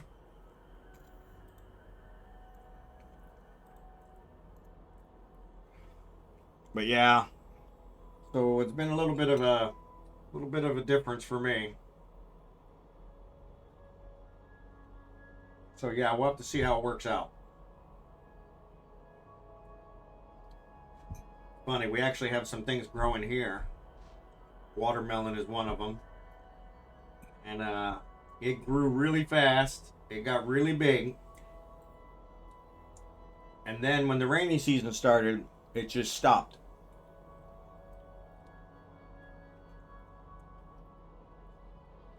And it was really weird. So I don't know if it's just a very selective temperature, because the temperature did drop during the rainy season. But it didn't drop that much. Instead of the 90s, now it's the 80s, you know. But seems like it's enough for the watermelon. So yeah, it's been pretty strange. But like the okra, my wife's growing this okra. It's like pink, which I've never seen. And of course she doesn't like the pink okra, but we're growing it. So she's not harvesting it. And I swear the okra are like this long. They're huge. And I'm like, hey, you need to harvest those, because they're just going to keep getting bigger. And I believe that the bigger they get, the more sour they are, which here in the Philippines, they like the sour. So maybe that's why they're growing them big. But yeah, it's been interesting. Because they haven't harvested them, even though they're huge. So I haven't quite figured that out yet.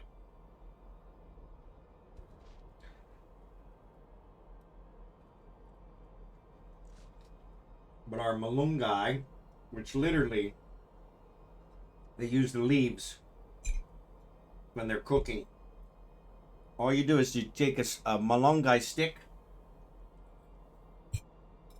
You don't have to root it or anything. You just dig a hole, put it in the ground, and it'll start growing again. Most amazing thing I've ever seen.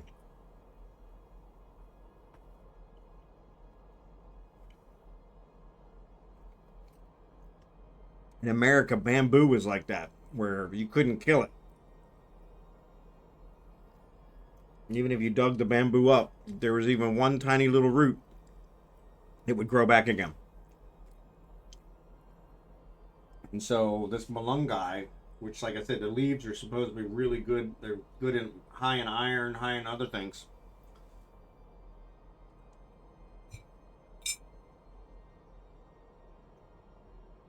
They use it for cooking and stuff, and really good. But you literally just cut a branch off, shove it in the ground, and it starts growing. Makes a whole new tree.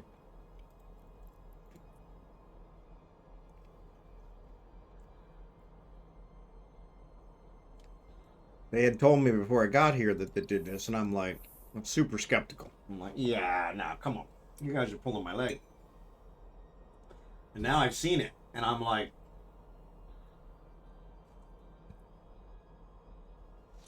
like I said, I don't think we have anything like that in America.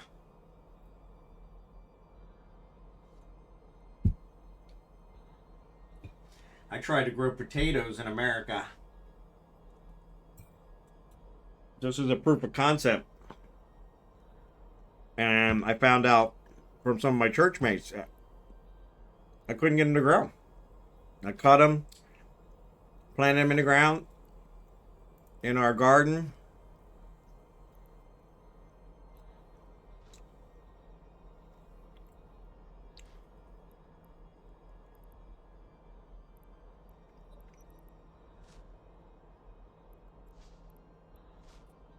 And I found out that a lot of companies in America, they treat their tomatoes, or excuse me, they treat their potatoes so that you can't grow them. Which I'm like, what?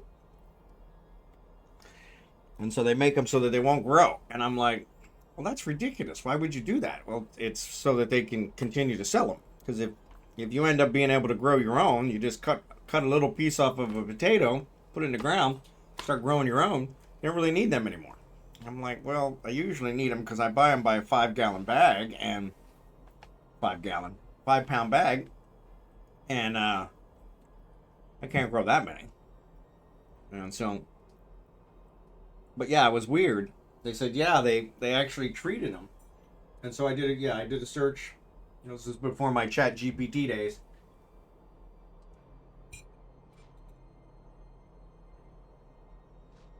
I did a search and found out that that was true. Many of the companies in America treat the potatoes before they sell them so that people can't grow them. And I'm like, this is wrong.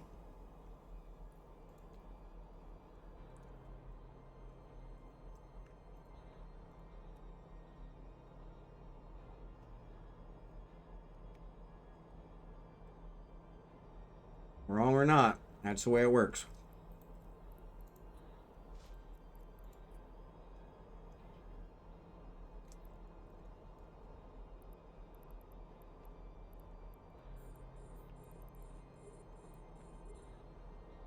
Yeah, but that would reduce profit from big crops.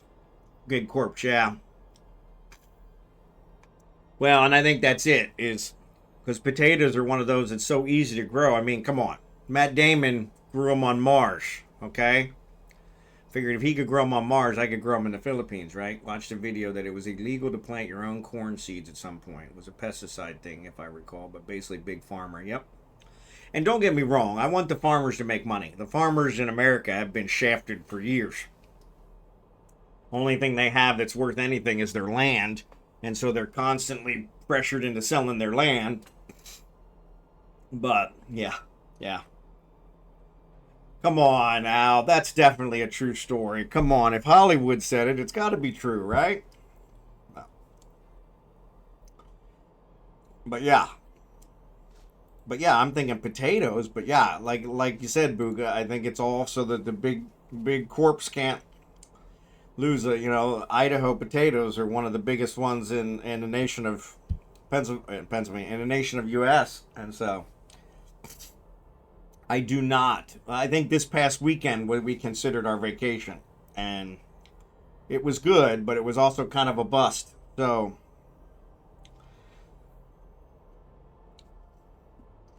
since my wife wasn't feeling well, so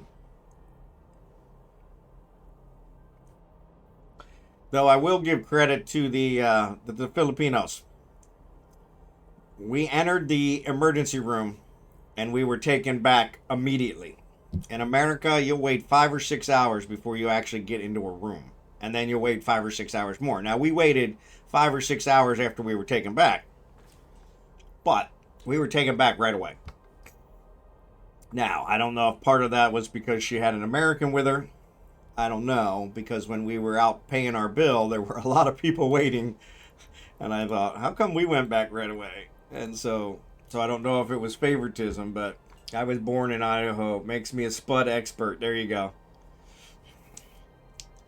Yeah, I mean, I couldn't believe it because I'm like, potatoes seem like the easiest thing to grow, right? Even an idiot like me ought to be able to grow potatoes, right? But they are more of a cold weather crop. And so, American Express. I don't know what that is, Scimitar.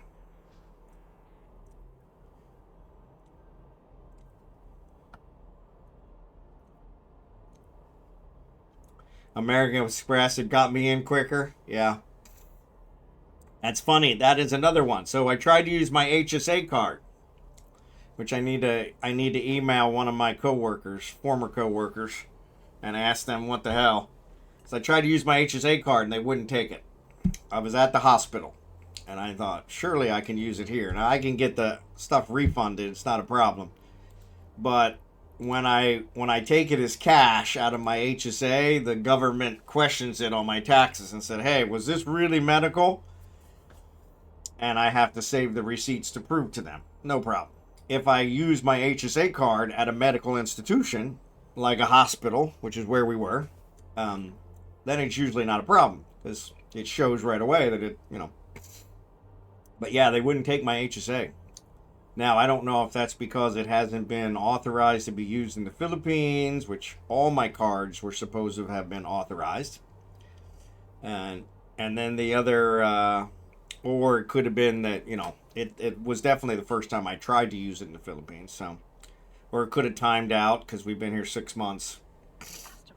Remember the Idaho Spud candy bar? My uncle worked for the company in Idaho. He used to bring them to us in big plastic bags. That's cool.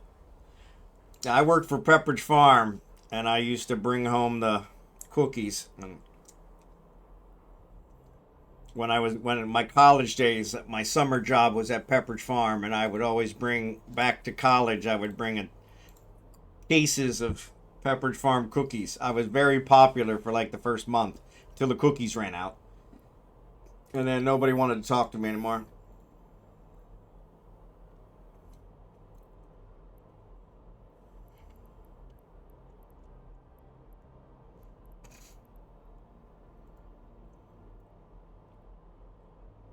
But yeah, I do remember that candy bar though. That was a good candy bar. They don't make that one anymore though. They got bought by somebody, I think. Sorry, ads are on. This cinnamon roll is really good.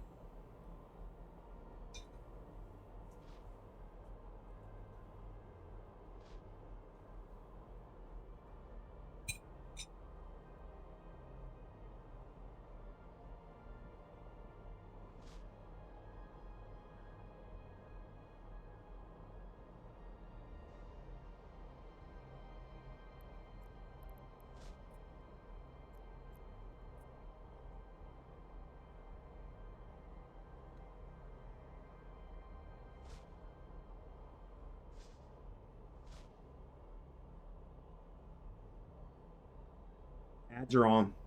I'm actually going to run down and get another cup of coffee. Sorry.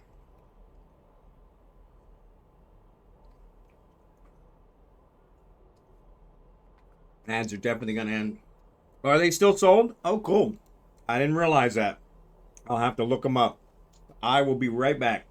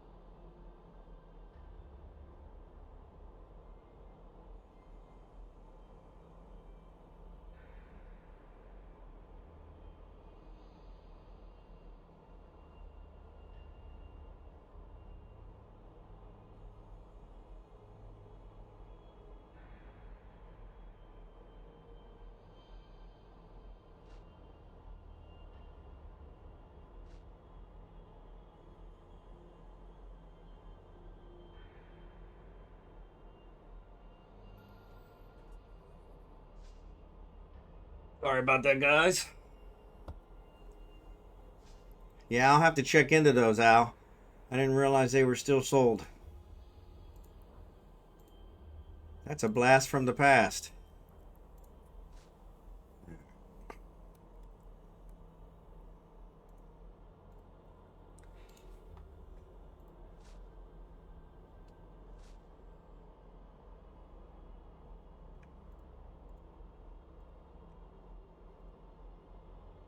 A lot more Xurdite in this one than it was in the other one. That's good. Let me put my headset back on. Yeah, I don't know why they took us back. Like I said, that is it could have been American Express. Yeah, it was I don't know if it had to do with me or if it's just that's the way. It seemed like that's the way it works in the Philippines. But then I said, like I said, when we were paying our bill, there were a lot of people waiting. And so it seemed like, okay, maybe they got busier after that. Because they had people, I mean, they had way more people than they had rooms. I mean, my wife was literally sitting in the hallway on the bed, laying in the hallway. But it was great because she was like right in front of the counter. So they couldn't forget about her.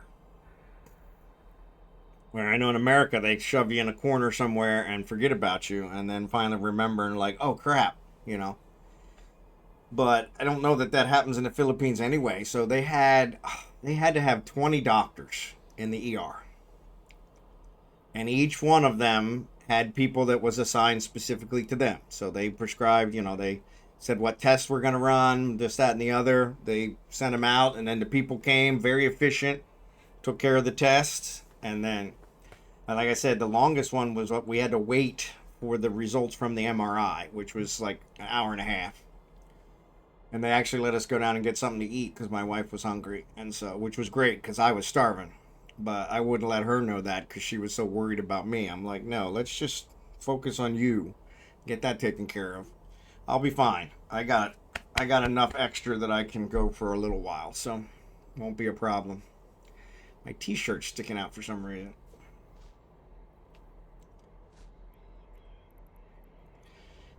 But yeah, oop, we got some rats.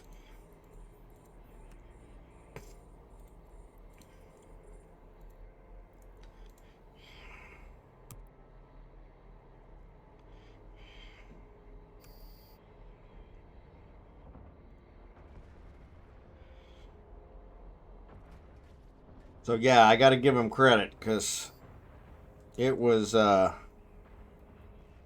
My wife's been to emergency room in America, and it was definitely a more pleasant experience in the Philippines.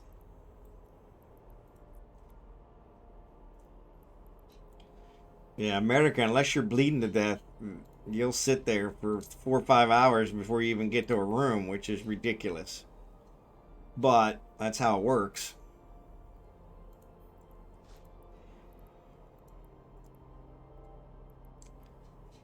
The asteroid is depleted.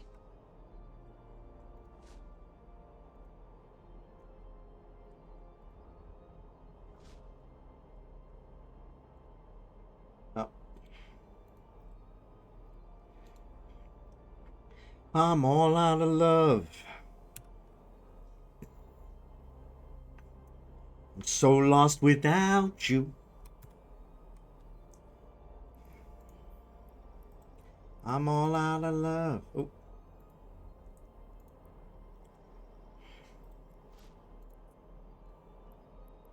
I'm all out of love. I'm so lost without you. Yeah, it looks like somebody mined most of the plague out here. There's a ton of Xurdite, but the plague's gone.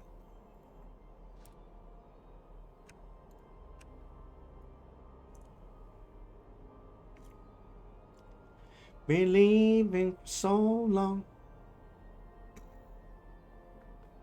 Oh. For so long.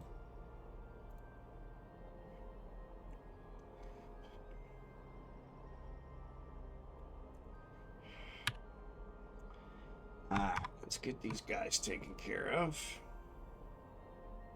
You want my plague? No, no, no, you're good. You're good. You're good. I was just... Ooh. I was just making an observation. Sorry. Neither one of them really matter.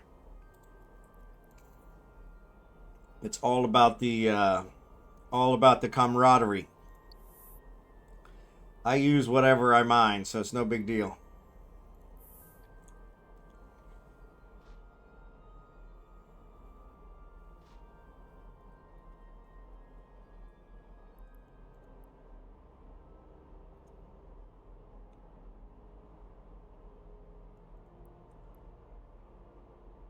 Every time you stay, I'll be watching you. The ultimate stalker song. No matter where you go, no matter what you do, I'll be watching you.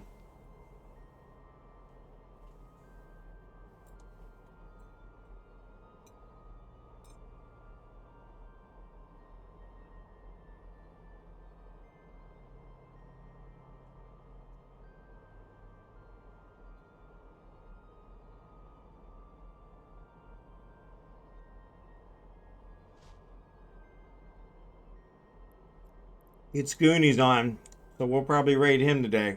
We haven't raided him in a week.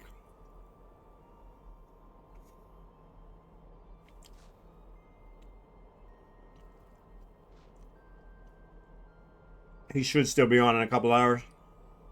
We'll see.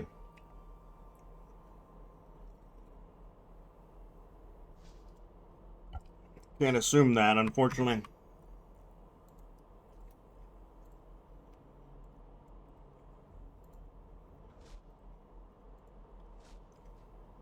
Yeah.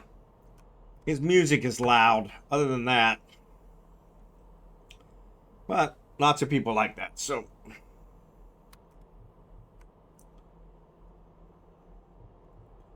My hearing is, I don't want to say exceptional, but very good. And the wife's is not. And so she keeps everything super, super loud. It drives me crazy. So I'm more sensitive to the loud stuff. But in some things I've gotten used to it. But with the headset on, it really, really plows. So I usually have to turn them down. But that's okay. Can't hear myself think. Al, let me check, because I might build one of those. Field command burst.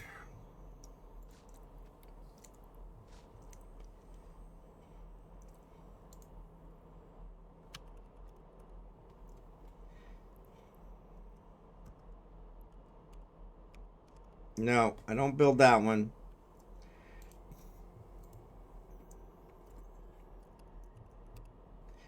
Yeah, so I do build the core.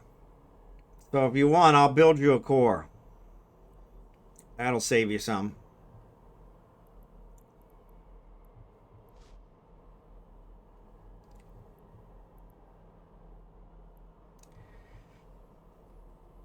I'm not really sure why I have so many of them. I bet you I get them from the other one. So yeah, I'm actually going to throw one in right now. 6 hours.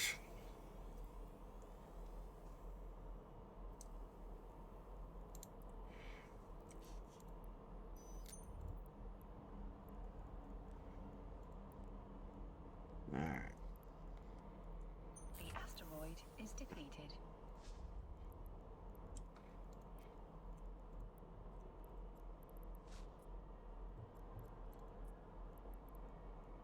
All right. Plague is gone.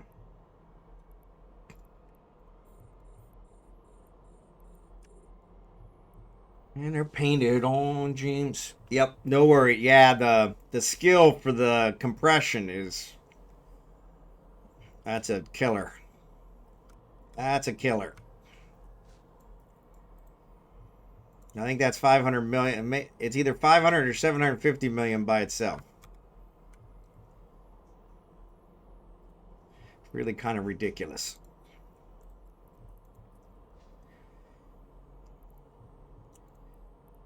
All right.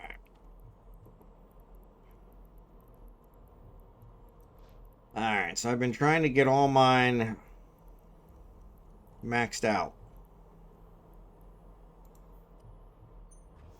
All right, so these are BPCs. So let me do BPOs. There we go. They're the only ones I can research.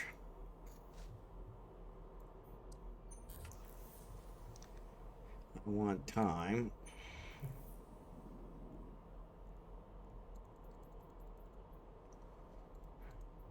$17 days. That's fine. I'm not building those.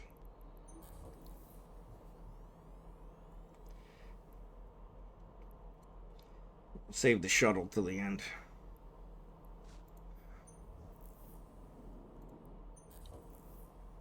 $32 days.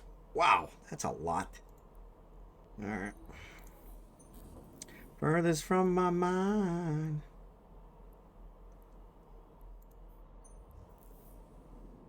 I don't have the reports.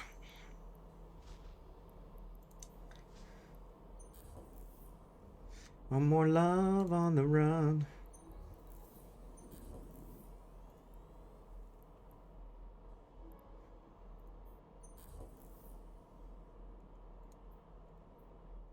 $15 days. Jeez.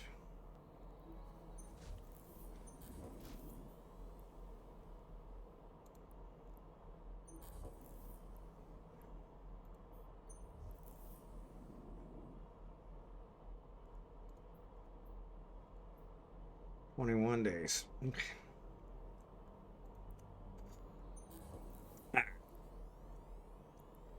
We got those all worked out. So let's go to all.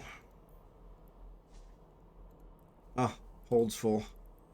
That's what I get for paying attention.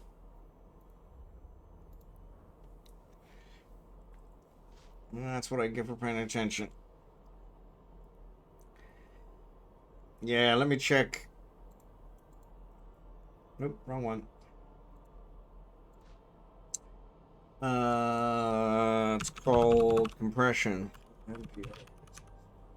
Capital Shipboard Compression Technology. I think that's it.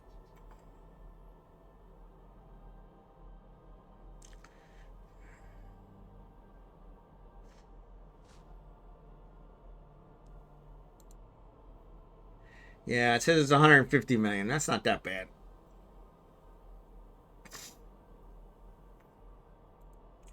Our shipboard compression.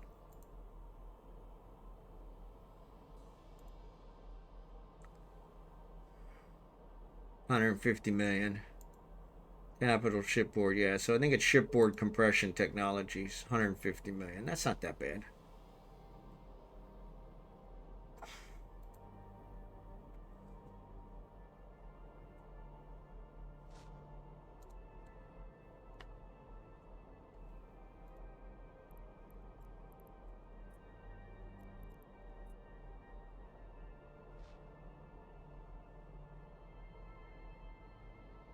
Oh. It's good to be back to streaming. I missed you guys. Make a porpoise tier 1 and an orca tier 2. There you go. Yep. Yeah, that's always a good idea.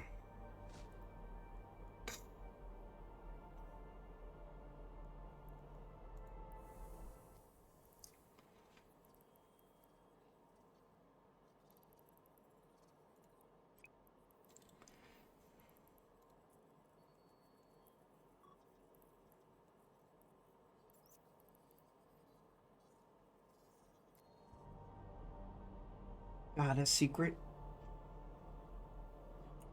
So that was the other thing I was going to show you guys. So, you know, my whole finger problem. So, while we were at the hospital, I figured out that I could use the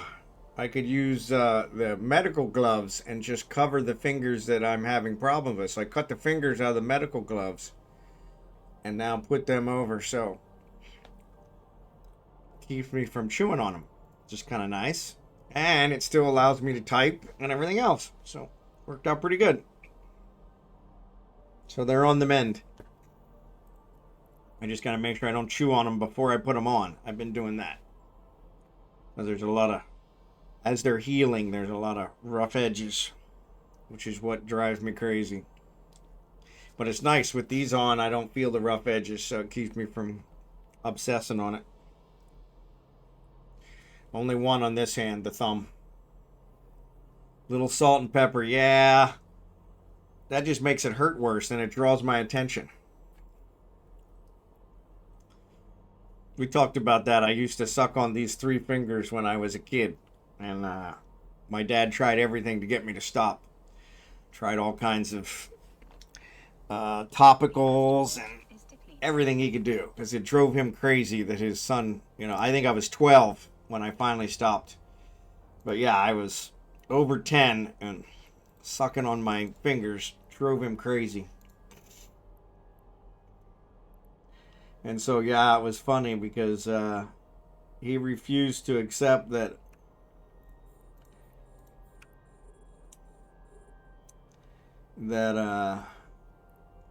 it was just something I had to outgrow. And so when he finally gave up, because I would suck off everything he would put on there. Every night he would put stuff on there. I would actually suck it off even though it tasted horrible. And then go back to putting them in my mouth. It was ridiculous. Ridiculous. I don't know if that's what's caused the obsession with the fingers. I don't know. I don't think so. Like I said, it's mostly when they're rough.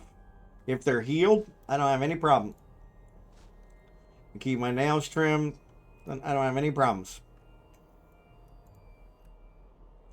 But once they get rough, I can't stop chewing off the rough edges, which make more rough edges, and I have to chew off those rough edges until eventually I'm down to the bone, which is just a disgusting habit.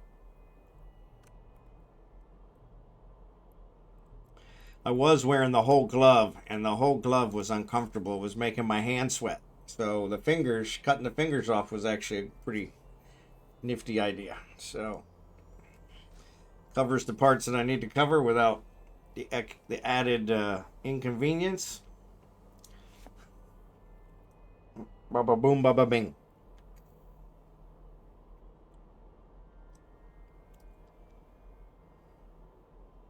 What's up, Xurdaben? Xurdaben. Good to see ya. We're out here mining if you want to join us. We still got over an hour to go. Sorry, I missed the mining event yesterday. They scheduled a power outage 12 hours, and we were unaware since we were out of town all weekend. Clouds are rolling in. But yeah, since we were out of town all weekend, we got back, and then the power was out. And of course, I screwed around with my EcoFlow all early morning, thinking, oh, the power will come back on any minute. It's only usually out an hour or two. It won't be a problem. To then find out that no, it's a scheduled outage of 12 hours. And I'm like, ah, crap. So then I didn't have enough power to do my stream. So, hindsight, always 2020.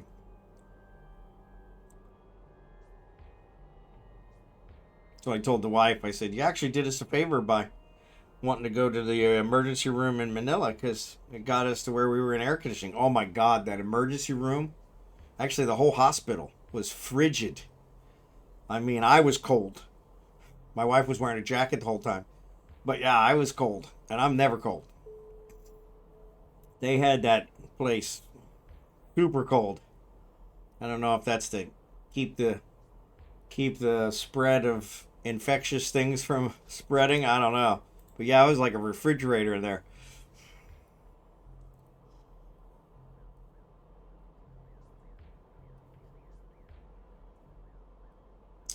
I had something happen yesterday that I want to discuss with you guys. So I don't know, are you guys readers? Any of you readers? I'm a big reader. I like to read. Huge reader. I've read the Bible front to back, many different methods, multiple times, probably 7 or 8 times. Um, that's for spiritual thing. And I still do that. I continue to do that. But I love to read fantasy and sci-fi are my primaries. And I like series. I like the character development. I'm a big series guy. Sorry about that. Didn't get to the mute button. Didn't feel that one coming. But the one thing I hate, I understand, it takes time to write books. Okay? Of course, I don't know. With AI now, I guess you can pump them out in 2 or 3 hours. But it takes time to write books, so I understand that. One thing I hate is starting a series and getting into it to find out that they're not done. And that's what happened. I started a series, I don't know, 3 weeks ago. Read the first book, really enjoyed it. Read the second book, really enjoyed it. Finished it yesterday. Went to get the third book, and I can pre-order it. Comes out in December. Okay, not horrible, but shows there's a fourth book in the series as well. That'll be out in March. And I'm like, well, crap. Because the problem is when I have to wait, it always means that I don't remember because I'm reading so many other things in between. So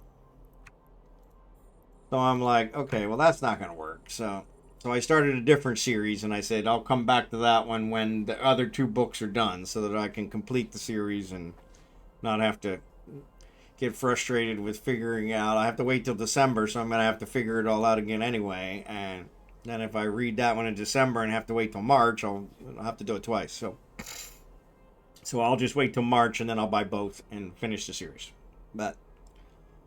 So I usually check ahead of time to make sure that's not the case. And I guess with this one I didn't. But so the series I'm reading now is actually, I think it's got 20-some books in the series, but there's, I think, 3 in the main trilogy. And so that's what I'm reading.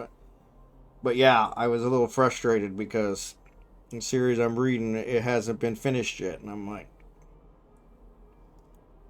not that makes it a better series or anything. Reading always, well, and it used to for me too, and it still does. And that's primarily when I read, is right before I go to bed, because it actually helps me turn my mind off. And that way, back in early days before I discovered the reading, I would go to bed and I would constantly think about things from work or things from my day, and I couldn't shut my mind off. And so the reading actually helped shut my mind off because it focused it on something else, and I'd start to fall asleep while I'm reading, and then, I'm already out. I read on my tablet. I have a Fire tablet that has Kindle app on it, and I read everything through Kindle. And it works out great. And so I've been real pleased with it. But yeah, it's funny because I try not to read series that aren't finished, and unfortunately that doesn't always seem to work out, so as in this time. But reading in the restroom is the best. See, reading in the restroom, I've done that too. Problem is, I'm at the point now, I don't know if it's an age thing. I actually chat GPT'd this morning, but yeah, if I sit too long, I have trouble getting back up, which I think is probably an age thing, and especially on the toilet. And so I try not to read in there because then I'll be there longer, and then I'll have trouble getting up, and so have to install some kind of a rope pulley system to get me off the toilet, which I don't want to go there. That's it kind of puts me in another category that I don't want to consider yet. So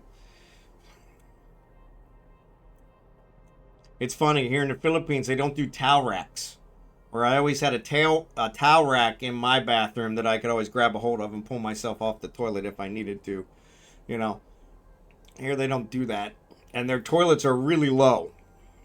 Which is the other thing, is once I get that low, it's kind of like sitting on the floor. It's like, well, if I'm going to sit on the floor, then I'm just going to stay on the floor because I don't want to jettison.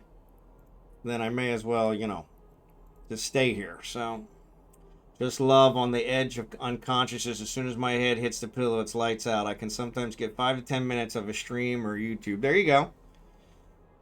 Yeah, see, I don't do the streaming stuff while I'm there because, yeah, that just puts me right to sleep. Having somebody else talk. I keep the TV on sometimes if I'm trying to sleep. I'll turn the TV on to something I really don't care about and let it play in the background, and that puts me right out. But that's one I've been really blessed with. I don't have any trouble sleeping. I've really been blessed that way. I sleep really well.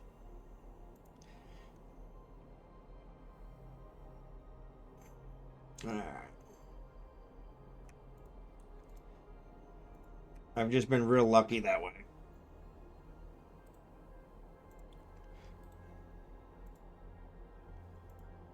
But yeah, the reading has helped with that a lot. Especially when I was working. I could not shut my brain off from work. Because I had so many things that I always had to get done. And I never got everything done in a single day. And so the reading really helped.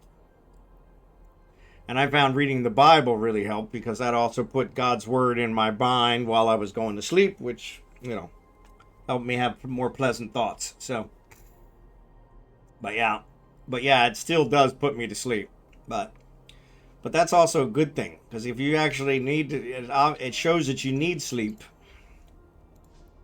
So it kind of lures you into it, which is kind of nice.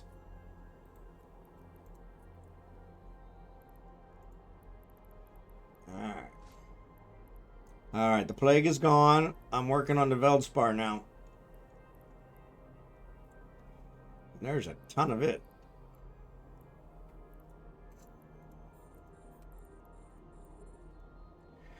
Home stayed at home, work stayed at home. Never talked about it to my wife. Home stayed at home, work stayed at work. There you go. Yep. Yeah, I never really discussed a lot of it with my wife either. Sometimes conflicts between coworkers I would discuss with her, but never work. And so yeah, so I agree with that. But I internalize a lot, and so that's what I would always go through my mind. Okay, what do I got to do tomorrow, and get going with that. And then I couldn't shut it off because it's like, okay, you got to remember this. Okay, you got to remember this. Okay, you got to. And it's like, so yeah. So the reading helped me focus on something else, unimportant, less important. I mean, it was more just entertainment. All the sci-fi and fantasy stuff. I'm not learning anything from it. I'm just entertaining myself.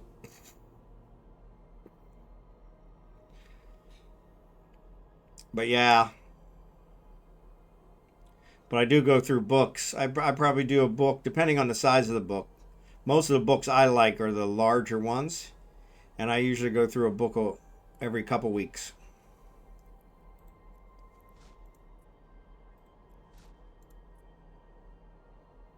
Legomaniax asked me, do you ever have problems sleeping while not on the Black Pearl? Ah, mate, when you're used to the gentle rocking of the Black Pearl beneath you, it's downright troublesome to find slumber on still land. Aye. But fear not, for I've discovered a trick or two. When on land, I conjure up tales of the sea in me mind, imagining the waves and the salty breeze. Tends to do the trick right quick, like a lullaby from Davy Jones himself. Yar! Good one, Lego. Yeah. Unfortunately, my job was never like that, Scimitar. Mine was always, something always came up at 5 o'clock. And half the time I didn't leave at 5 o'clock. Sometimes I didn't leave till 7 or 8. And I would start with 10 items on my list in the morning and end up with 15 items on my list by 5 o'clock or 7 o'clock whenever I left. So, yeah. My wife's was really one of those where they had jobs to do and they did them through the day, shipped them out, and worked out great. And so, yeah, so that was always good for her because she could leave hers at work. But yeah, mine never worked out that. I have pulled some 18-hour days to get it all done. Yep. or having to log in every night and Saturday for changes. Yeah, that's the other one. Is because I am in the computer business. I mean, all weekend we would work Is depleted. to cover stuff. And I definitely do not miss that. I actually got called. I got called during the stream the other day. One of my coworkers contacted me because they were having a problem. And I'm like, man, I've been gone 6 months. I don't even remember.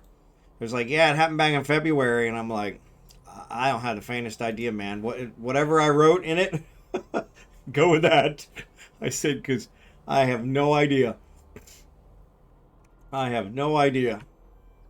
I said, I'm completely drawing a blank. And I didn't think I'd ever forget, you know? But, Dracborne, good to see you, by the way. I hear the conversion was a success. Or at least we're calling it that. It was conversion related. It was an app that should not have been affected by the conversion, but was. And they were trying to figure out, I guess there was a problem with one of the input files because of conversion data. And they needed to rerun it. And they were like, hey, this happened back in February. Can you tell us what you did? And I'm like, what's it say in the ticket? He said, it just says you reran it. You moved it from one directory to the other and reran it. I said, that's what I did. And it turned out the business unit had to do something and they didn't remember. And, of course, that wasn't documented in mine. So I told him, call the vendor.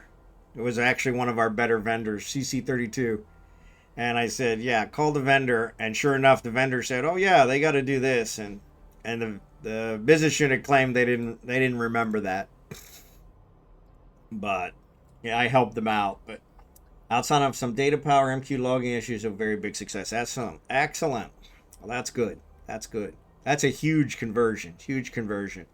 So yeah, my former bank, my former employer, bought another bank, fairly large bank, 175 branches, I think, 190 branches.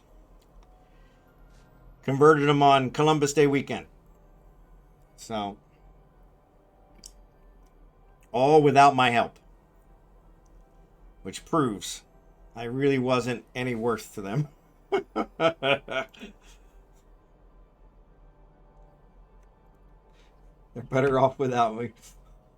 I know I'm better off without them, much as I hate to say it. I made a very good living there, so I can't complain. 25 years I worked for them. Just short of 25 years. 24 years, 8 months, or 10 months, 12 days, something like that. Yeah, I was less than 2 months short of my 25th anniversary. One more stay in the 6 weeks.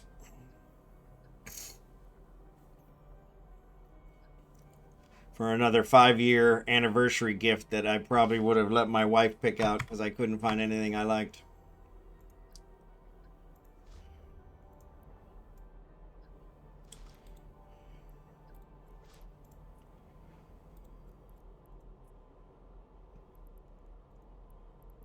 What we got?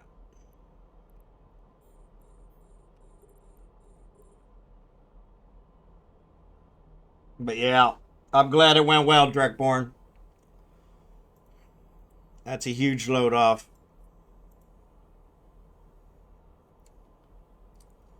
I'm sorry you guys are back 4 days a week, though. But I'm sure they're going to say that's why it was successful and then push you guys to 5. Hopefully it doesn't come to that, but I definitely recommend retirement. I definitely recommend it. I'm living the dream. Living the dream. Of course, I had to move to another country to do it at my age, so which may or may not be a good idea for some. I'm loving it here. But not everybody probably would.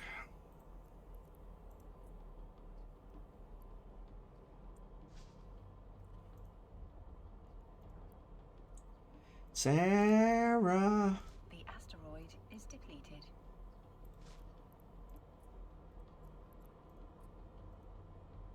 That sucks for everyone, but I fully ruptured my quad tendon in September and had surgery, so I'm home for a few months. There you go. Well, I'm sorry you had to do that to get home, but that's cool. Hopefully you're feeling better. Yeah, that does sound painful. That does sound painful.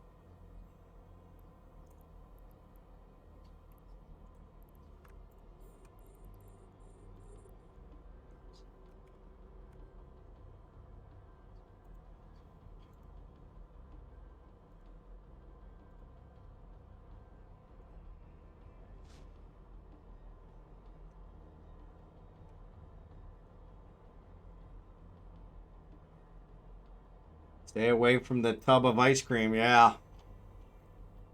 Yeah, that's the problem with when I worked from home is the refrigerator was way too close. Way too close. Way too close.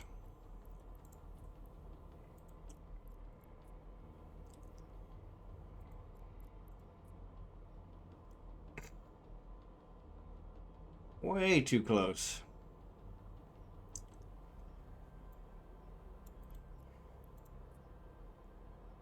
All items are busy. Oh, okay, there we go. I was thinking it should have compressed, or should have. Man, that was a huge delay.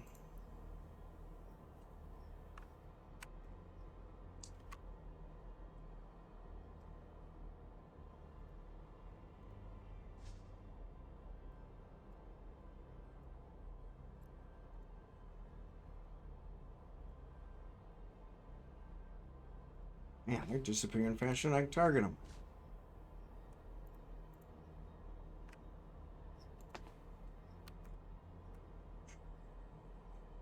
All right, cool. I got to walk 12 to 20 miles a day. See, that's awesome. I did a lot of walking when I was in America, and I have not done it here. Is depleted. And I'm thinking I need to start up again. The problem is it's so freaking hot here. I'd have to do it like first thing in the morning, which isn't a problem. That's what I did in America, but that means I got to get up even earlier. So, which I've had trouble getting up in time for the stream, to be honest, especially since I keep moving the stream ahead. I think we're going to do an extra week of it's 8:30. Keep it where it's at. But yeah, I think I need to start getting into walking again.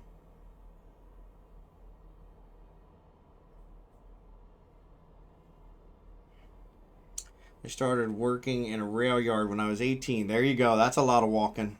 That's a lot of walking. That's a good job. That's a good job. In Kansas City, we had a lot of the train workers, engineers, railroad guys, and man, they made a ton of money. Real good job. Got to see the world, not the world. Got to see the country, and but yeah, they loved it. Especially the engineers. They really loved it.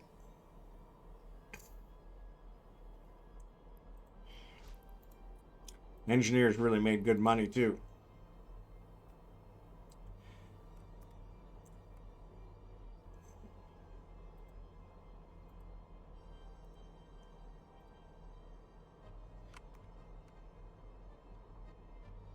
But yeah, that's one I probably should have did way back when. If I'd have got in on that in the ground level, that would have been good. But East Coast wasn't a whole lot of those jobs. Kansas City makes sense. Very centrally located. I did the ground and the locomotive. Good. Yep. Yeah, they all those guys. I knew a lot of them, and they really, yeah, they made good money, and they enjoyed their jobs. Plus, it was union, so kept them from getting too abused, overworked, which was nice. Unions did have some positives, a lot of positives to be honest, until they got kind of corrupted. But yeah, the concept of the union was definitely a good one.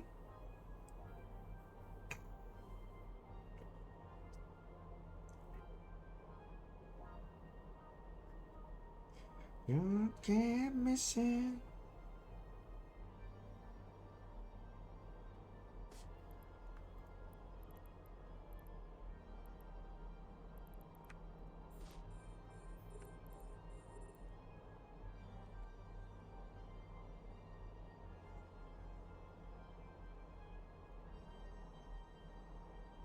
Okay, I'm drifting. It's been 10 minutes. Have a great stream. Hope to catch you tomorrow. No worries, Lego. We'll be here. Appreciate you. Sorry for missing a couple days.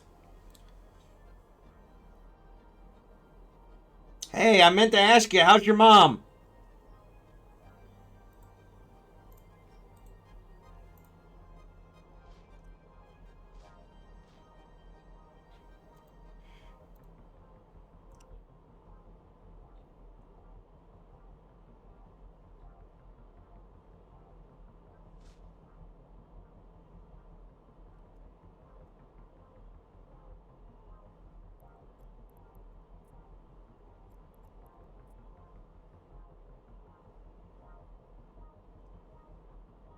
I actually probably need to do some of these Crimson Gauntlet ones. She's hopefully getting released soon to assisted therapy home. Okay. Sometimes that's a good option. Hopefully she's at least feeling better.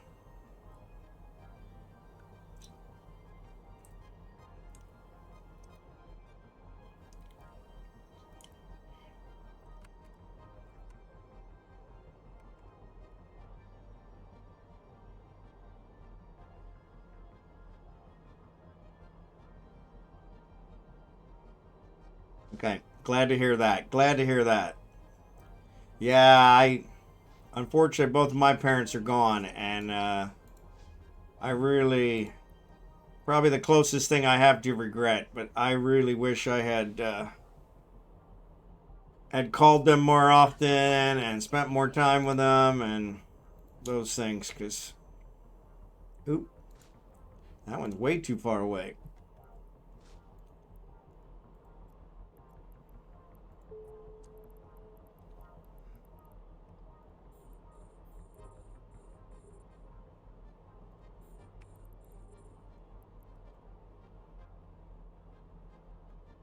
But yeah,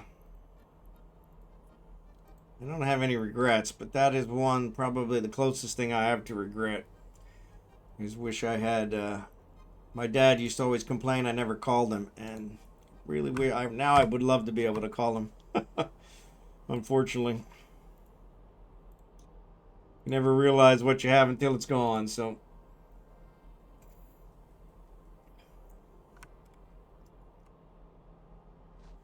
Let you leave without a trace. Stand here baking every breath with you. Ooh, you're the only one who really knew me at all.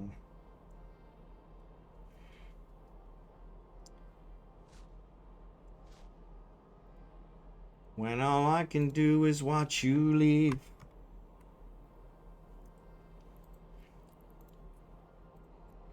We even shed the tears.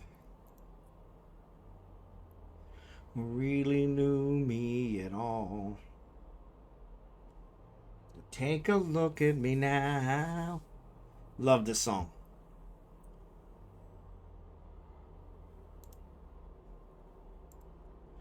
Bill Collins when he went solo. The asteroid is depleted. Gotta be kidding me. The asteroid is depleted. Is against the odds.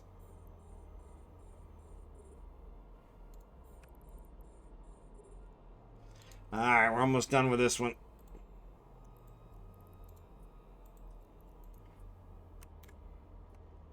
Oop. Is that Jackson? Jackson Sinclair just popping in to say hi. Only got home from work 20 minutes ago. Holy cow, man. Ah, that's a good question, Dracborne. I should know that.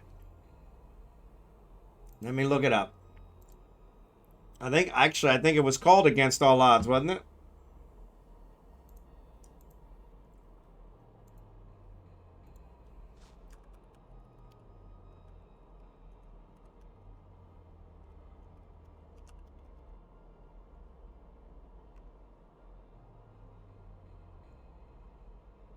Theme song for the 1984 movie Against All Odds.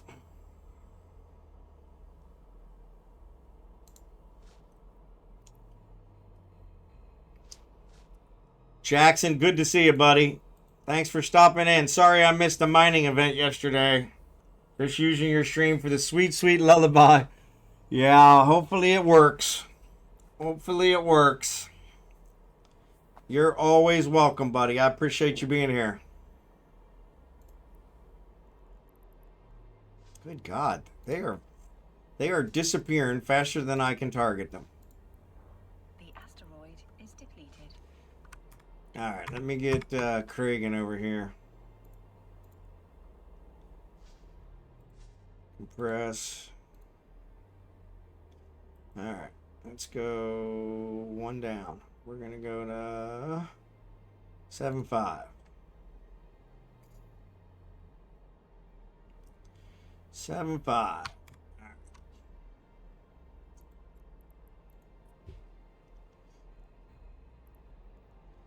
All right.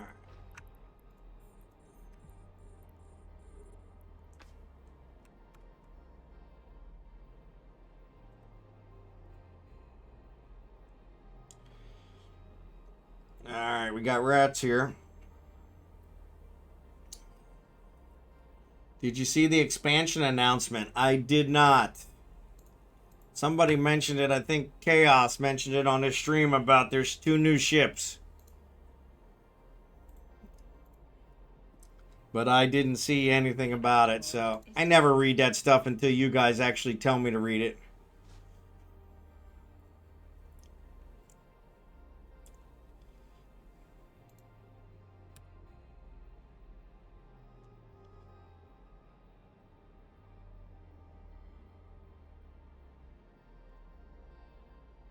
Alright, I got the rats dealt with.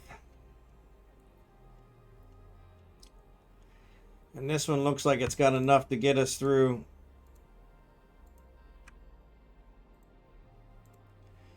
This one's got enough to get us through the next... till the end of the stream, probably. We got about an hour left, give or take.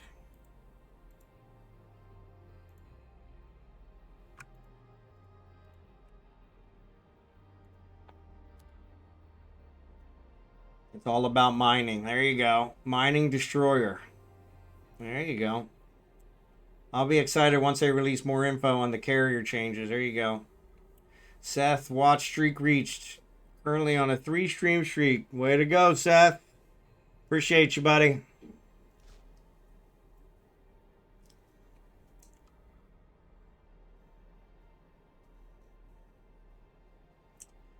So their Explo command ship seems designed for the input broadcasting crew. There you go.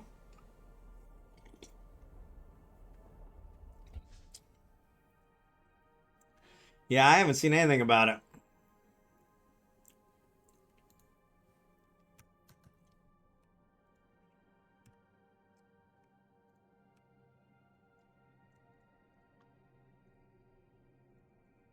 Look at these guys.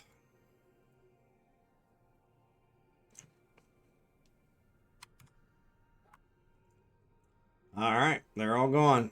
All right, let me know when you're ready, Scimitar, and I will fleet warp us. Looks like all the drones are in. All right, take your time.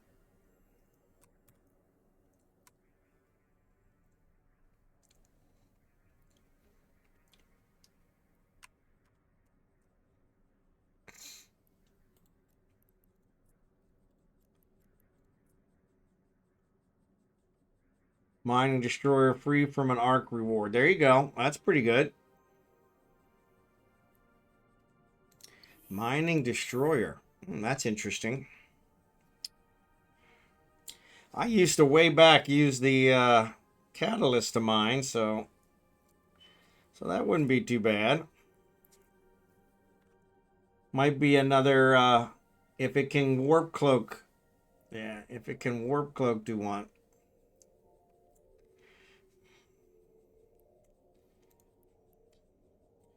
Yeah, most of the destroyers I don't think can cloak. And warp cloak would mean covert ops, which usually is pretty heavy duty. But yeah, that would be a game changer. Alright, scimitar's ready. Alright, here we go. Here we go. Fleet warp to Kragan.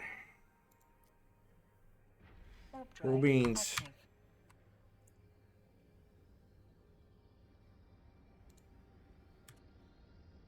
Big brother to the prospect. Okay.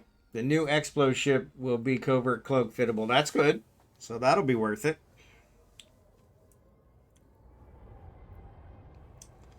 Can't go wrong with that.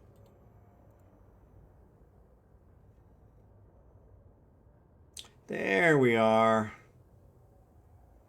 No, I didn't look at the fleet warp. There we go.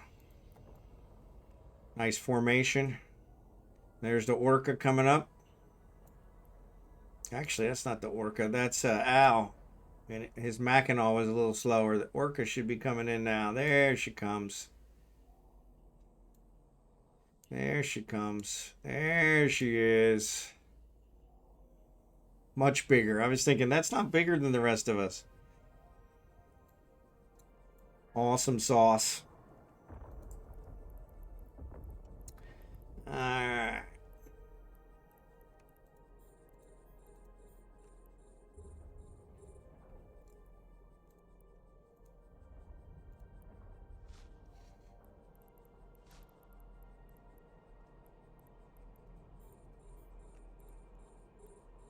Alright.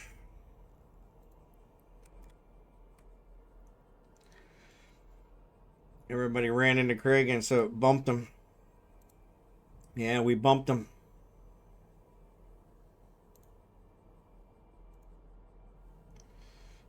We bumped him. We bumped him.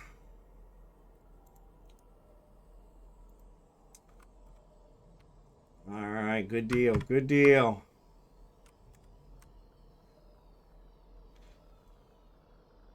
Back in business. But yeah, I'll have to check them out. Man, they keep adding ships. Don't get me wrong. That's a nice feature. But there's a ton of ships already.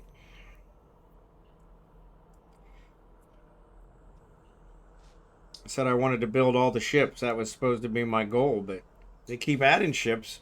I'm never going to make it.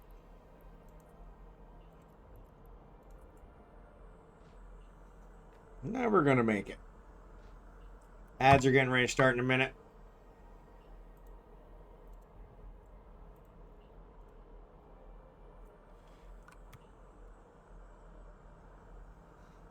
Oh, back itches. Oh, that was the other thing I forgot to tell you guys. The hotel had hot water. So everything here is cold water. You can buy a hot water heater, but they're very electric intensive. They're inline hot water heaters. Very electric intensive. And I've read that there are benefits to cold showers. I don't know if it's true or not. In fact, I asked ChatGPT about it this morning. And so we went to hotel. Not only did it have hot water, it had a powerful massage shower. And I was like, I think I was in the shower 25 minutes. I was just letting the hot water run over my back and my neck and massage it. Oh, it was incredible. It was incredible.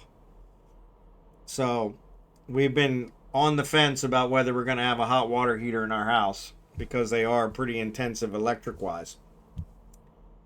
And I'm pretty sure it decided it for me, because if you have a hot water heater, you can always turn it off and get the benefits of a cold shower. If you don't have it, you're only got cold showers. And so, but we're also going to have to, I think we're going to do some kind of pressure system to pressurize the water. So, because that was just incredible. It was like, that was something I haven't had in 6 months, and I definitely missed. So yeah, we were definitely living large. Even the wife commented, "Oh man, that felt so good." It was like, yeah, and I turned it up super hot.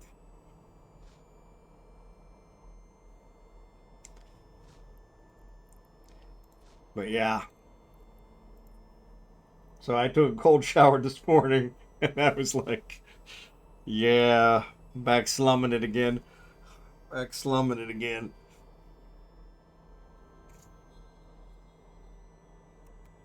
But yeah, it was funny. The little things in life. You get to a point where the little things, you need a tankless water. That's what it is. It's a tankless. They call it inline. But yeah, it's super electric intensive. So with the solar panels, my solar panels, I don't think will produce enough for it because it uses a ton of electric for a short period of time to heat the water, and so it'll drain the batteries like in less than a minute. So all the people that have a solar system and the tankless water heater, the inline water heater, they usually have it tied to the electric and just pay for it because you only use it a little bit during the day. So we have natural gas here, but it's all propane. So, and I've never seen one that's propane, but I'll check that because maybe there is. That would be better if it was propane. I could live with that.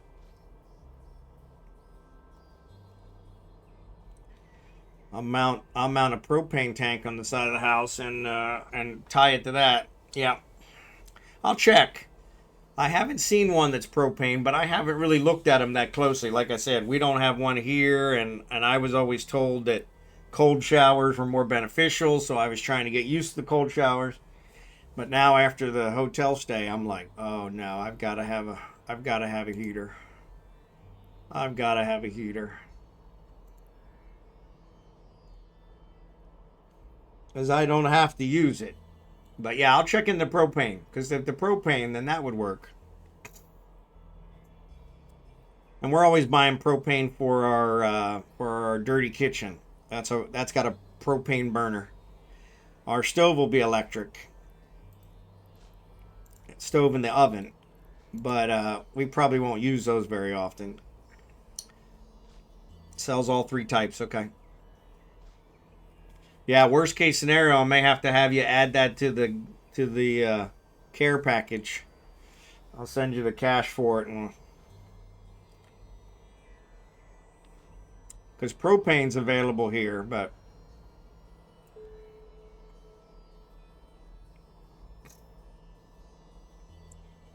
like I said, they use propane. We use propane on our dirty kitchen where they do all the cooking. I need to actually give you guys a tour of this place one of these days. I'll make a video and put it up on Discord. Problem is, the place is a mess. We've got way too much stuff for this little place. Of course, it's really not little. 4-bedroom, 2-bath. So they got 40, 80, and 120 gallon. Okay. The asteroid is depleted. Yeah, I would probably just have you, if we did it that way, I would probably just have you do the heater, and I'd get the gas here. So,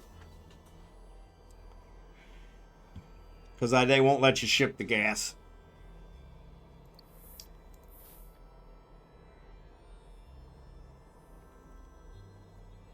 Even in one of those Bion boxes, they don't check it, but I think you do have to fill out some paperwork to say you're not sending explosives. But yeah, I'll check, because if they have them there, they should have them here. And they're probably cheaper here, to be honest. But yeah, nobody's even mentioned a propane one, so that's a great idea. Because yeah, that would work out much better.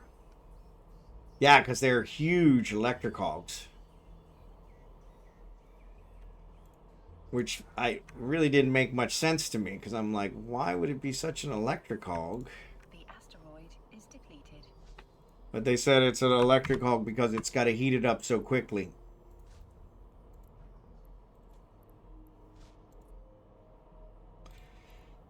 Nose itches. I hear Abigail's barking at somebody.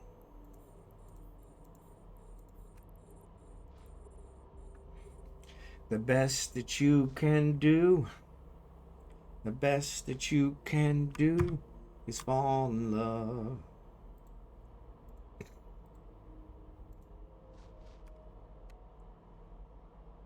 But yeah, I'll check into that. I'll write that down. Propane tankless.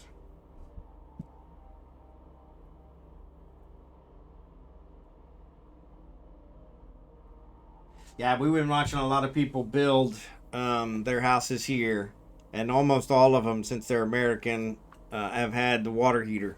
But I haven't seen any of them that had the propane one.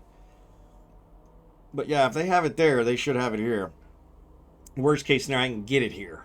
I just may have to wait on it, and that's fine. That's one of the last things to go in anyway, so.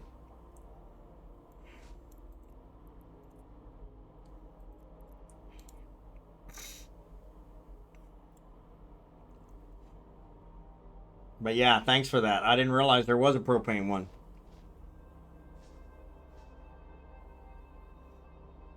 See, learn something new every day. I love it. I have seen a lot of nice houses for sale in Japan. Yeah, yeah.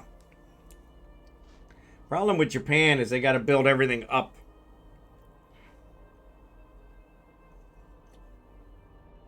They ran out of land. And so everything's building up. So you have a really narrow house that's 3 stories in order to get the same area. Yeah, my nose itches.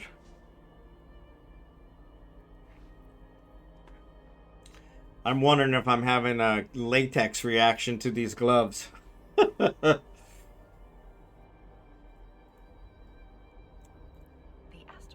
is depleted.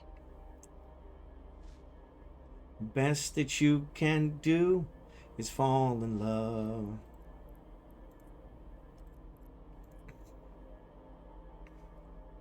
These are out in the country. Okay, that's good. Yeah, we visited there 2 or 3 years ago. She has a sister that lives in Japan. And actually, it's probably been closer to 5 years now that I think about it. I told her if she got her citizenship in America, which she did, that we would visit her sister in Japan, because she couldn't. We went through Japan several times coming to Manila, but we were never able to leave the airport because of her Philippine passport. And so when she got her American citizenship, she got an American passport, and then we were pretty much allowed to go just about everywhere except the Middle East. So yeah, on one of the trips, I think our last trip prior to moving here, which was probably about 7 years ago now that I think about it, we came and we spent 2 weeks in Japan so she could see her sister. She hadn't seen her sister in like 20 years, 15 years. And so yeah, it was a good trip. But yeah, we loved it. Cleanest country I've ever been. Cleanest country I've ever been. Just fanatically clean. I mean, it was. So yeah, I could definitely see living there. It's expensive to live there, but I could see living there because it's super clean. Super clean. But the people have a lot of depression problems. The Japanese especially. That's all work and no play. And it's been causing a lot of. They have, I think, the highest suicide rate in the world. In Japan.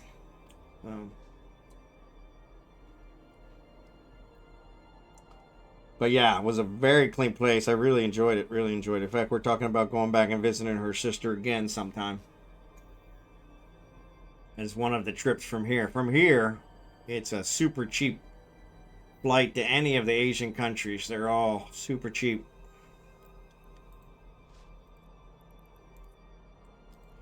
So yeah, we're hoping to visit some. Unfortunately, with Abigail's got her separation anxiety. We can't really.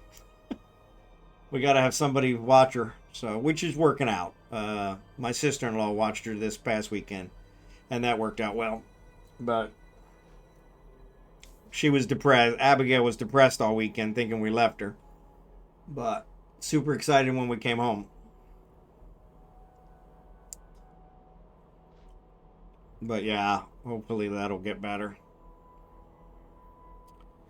I don't know. That's one of those weird things with dogs is they never seem to, no matter how many times you leave and come back, they never seem to get recognized that you're always coming back. So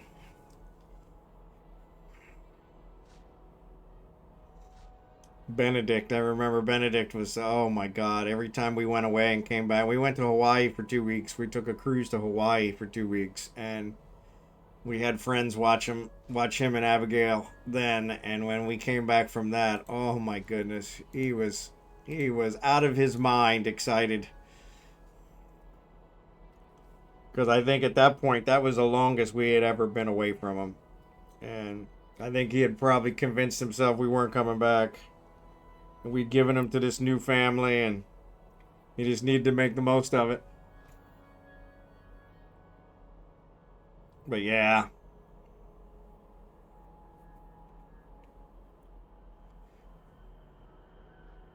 But Abigail gets to where she won't eat, won't go to the bathroom.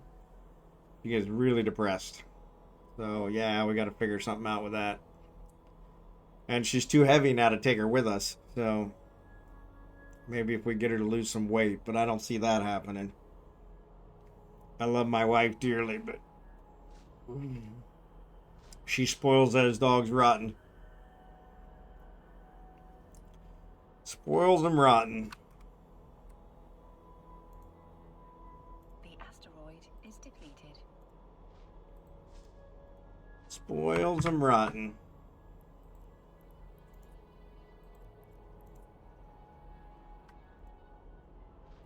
Which, honestly, that's the way it should be. Dogs should have a good life.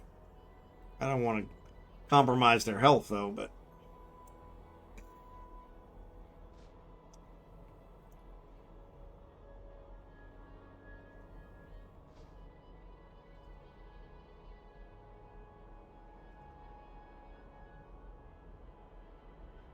yeah.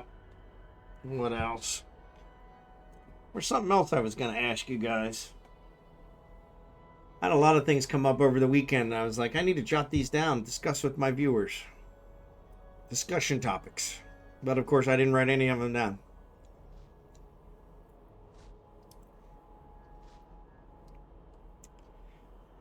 It was nice having a little bit more convenience in Manila. Like I said, I ordered from Grab, which is kind of like Uber Eats. The asteroid is depleted.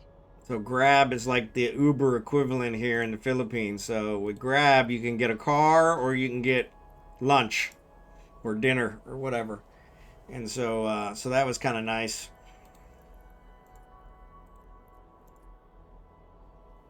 But yeah, I actually got a roast beef sandwich. I haven't had roast beef in 6 months, so that was kind of nice. But it was a really small sandwich. And it took over an hour to be delivered. Because the place was pretty far from us. But they did deliver it. I gave the guy a nice tip. He was like, "Were you serious?" I'm like, yeah. Because I thought, yeah, you brought me roast beef. Yeah, everywhere here we always get roast. When I ask for roast beef, it's out of stock, out of stock, out of stock.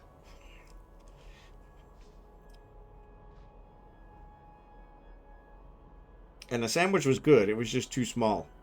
And then, of course, after I got it, I ordered at night. Saturday, I think it was Saturday night after the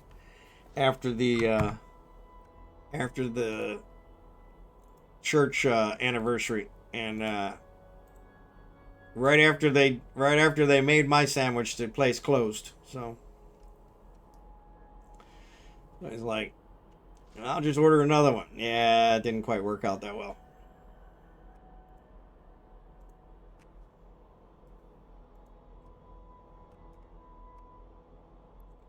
On way.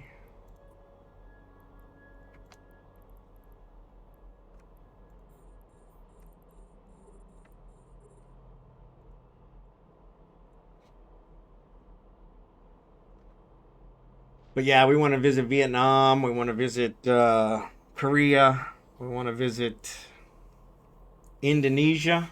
Is one that I've always been wanting to visit. And then go back and see Japan. Maybe even China. China's lower on our list. But yeah, from here, we thought about maybe doing like a cruise and hitting some of the Asian countries since they're all so close. And we haven't really looked into that anymore, but yeah, we probably need to look into that some more.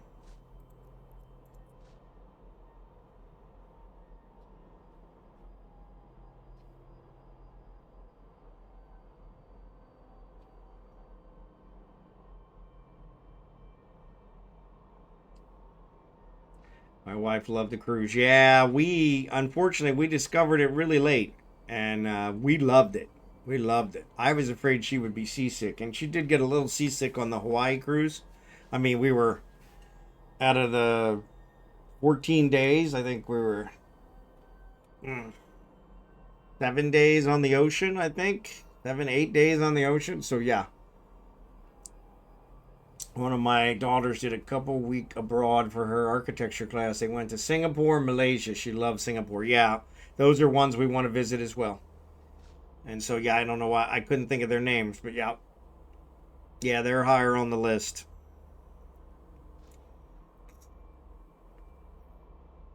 And they're all like, I want to say it's like $200 for an airline ticket here, which it would cost me more than that to go to Florida, in America. Round trip ticket to Singapore, I think it's like $200. So yeah. So definitely the way to go.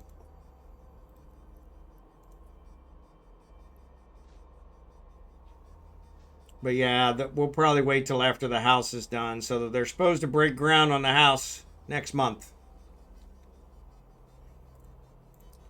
And then they're telling us it's about 6 months from start to finish. So if they break ground next month, that'll put us right around May.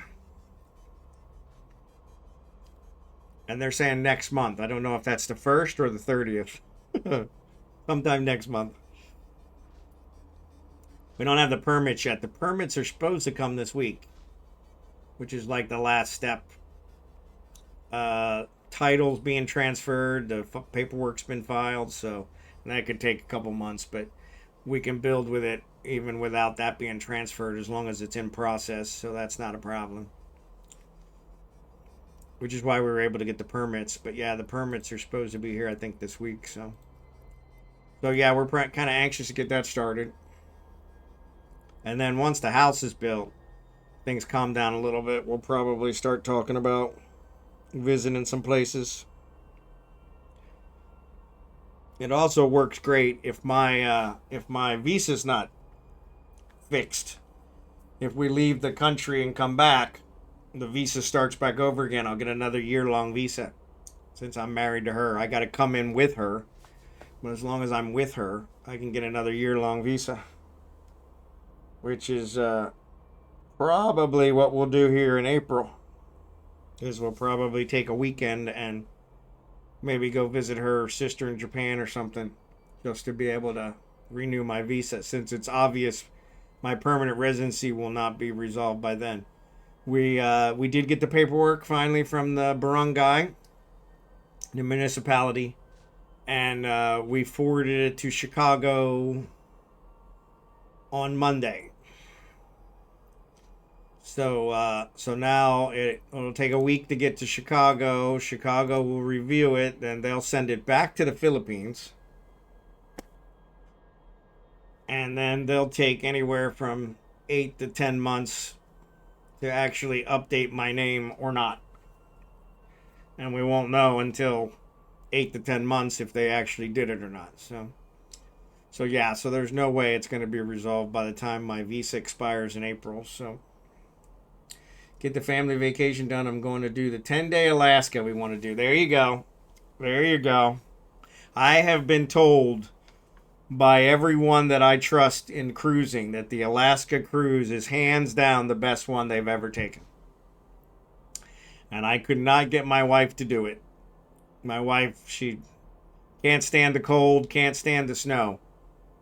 And I said, well, we can go in the spring. And she's like, doesn't matter. It's still going to be cold. So She just envisions as Alaska's always ice. And I'm like, it's not. It's not always ice. And so, yeah.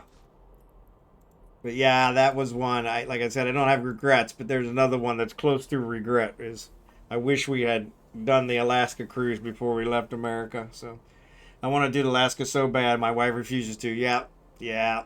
And I won't do it. That's what she said. Do it. Go ahead without me. I'm like, I'm not going without you. I mean, when we start taking vacations separately, we may as well, write us off. Not doing that. Not doing that. That was one of the signs with my first wife that things when she started taking vacations without me. Of course, we had kids. We couldn't afford to take the kids on a big vacation, so that's a trap. Yeah, that is a trap. That is a trap. Yeah, she called them girls' weekends. Yeah. Girls' weekends, girls' weeks. I think she went to Mexico a couple times with one of her girlfriends, but yeah.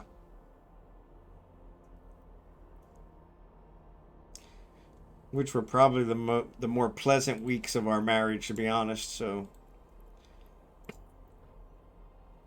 my wife's favorite place was Rotan. I don't know Rotan.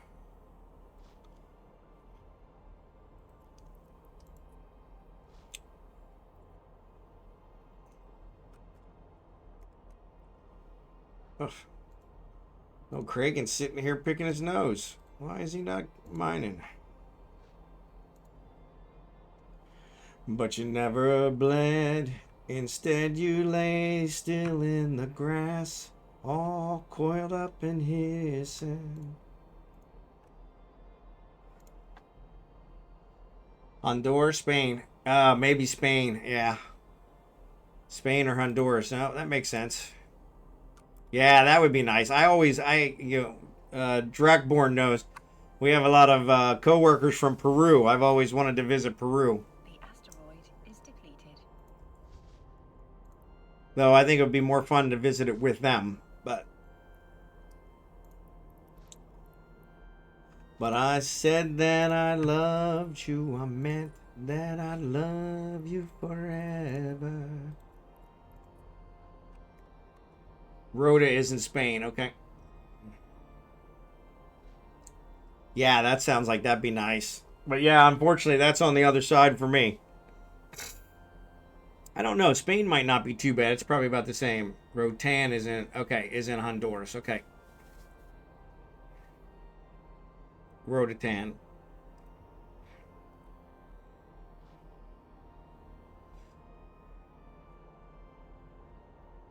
Yeah, that sounds like it'd be nice. Air Force had a base in Rota, Spain. Okay, that makes sense.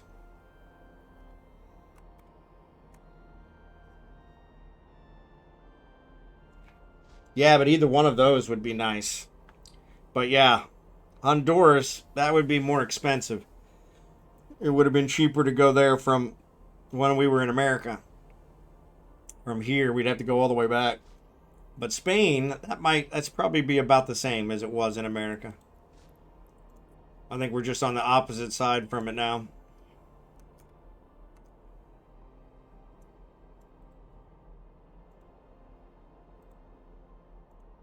My sister was a big cruiser, and she would take cruises all over Europe and all kinds of stuff like that. And I was like, but that's a lot of flying. You usually have to fly into Europe and then get on the cruise ship and travel around Europe and then fly back from some other country. So 2 one-ways.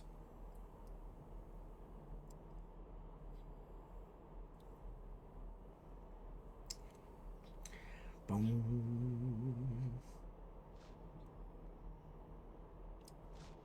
Road to Spain. That makes sense. That sounds familiar. But yeah, I've always wanted to visit Peru. One of the other streamers on the mothership, the main streamer on the mothership, Narcos, is in Brazil. And I think Brazil would be fabulous to visit. The asteroid is depleted. My favorite place to visit was Curacao. There you go. I've never been. But I've heard good things. She's got the look.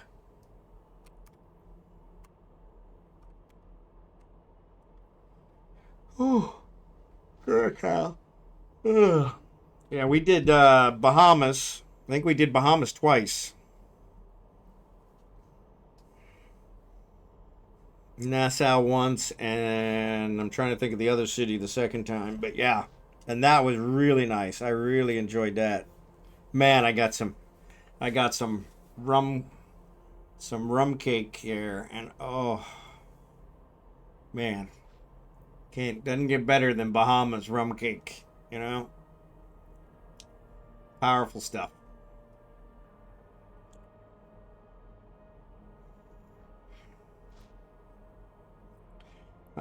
That's Major League. Not nice to steal Jabu's rum.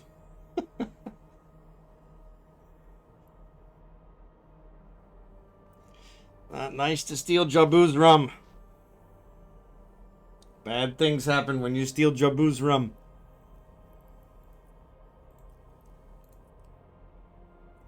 I actually ruptured the quad tendon in Nassau while on a cruise. Oh, man, that sucks. That sucks. So you stayed on the ship and just rode it home? They didn't have to air flight you out or anything? We had one on our Hawaii trip. They actually had to make an emergency medical stop in San Diego on the way home. And that was because somebody had done something. I don't remember what. I think it was a heart attack. But I still have 2 unopened bottles of Caraco rum from the first time. There you go. Yeah, that would suck on a cruise. There's a lot of walking on a cruise ship. And that would suck. Rode it home for 2.5 days to Galveston. Oh, that sucks. I am so sorry. Yeah, that sucks. Had to have the wife wait on you because, yeah, you probably couldn't even go to get anything to eat. Oh, man, that would suck. No, it's better than having them air flight you out. That's...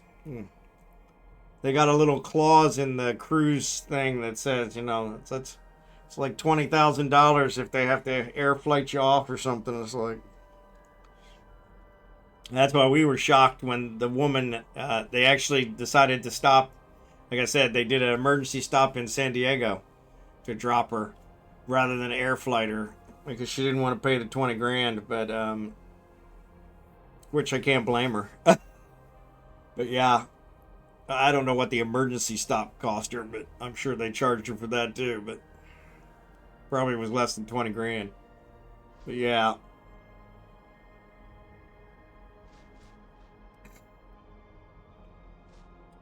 Not cheap. She got seasick and it cost over 700. Yeah, exactly.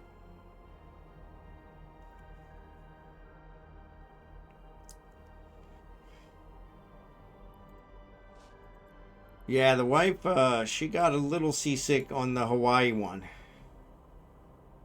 We took, the first one we took was the Nassau one and Bahamas to see if we would be okay, because she's got a lot of motion sickness, and so I was worried that she'd get seasick.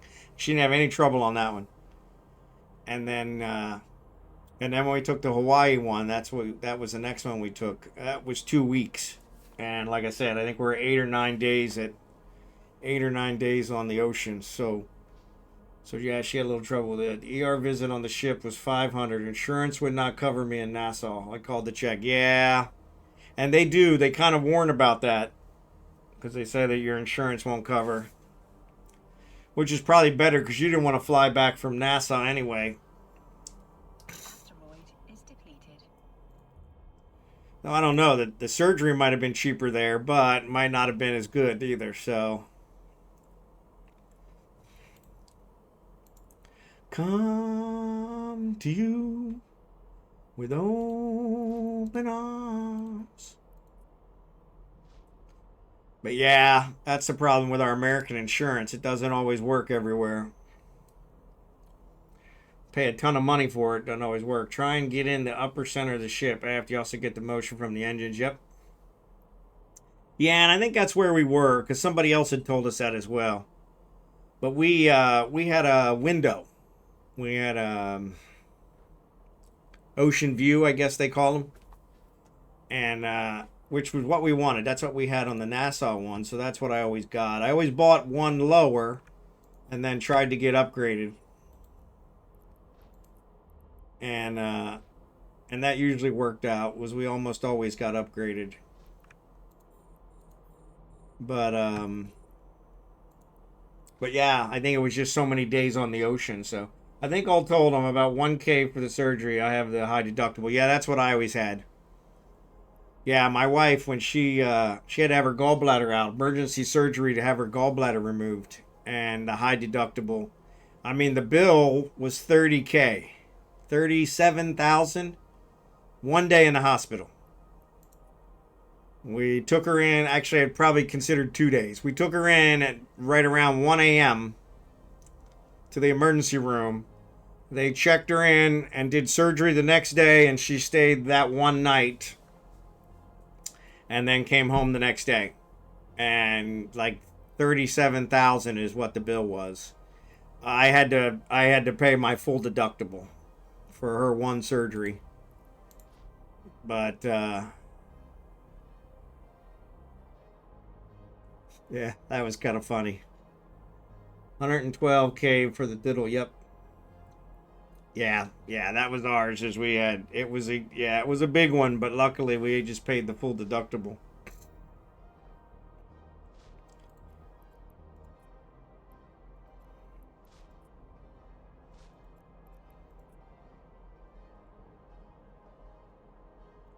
Yeah.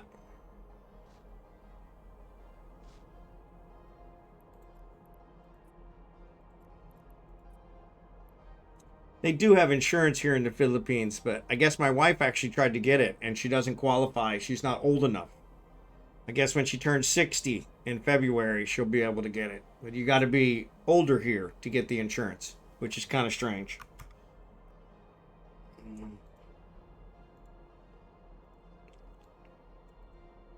Where in America, it's always the younger you are, the easier it is to get insurance. The older you get, the less likely you are to get the good insurance.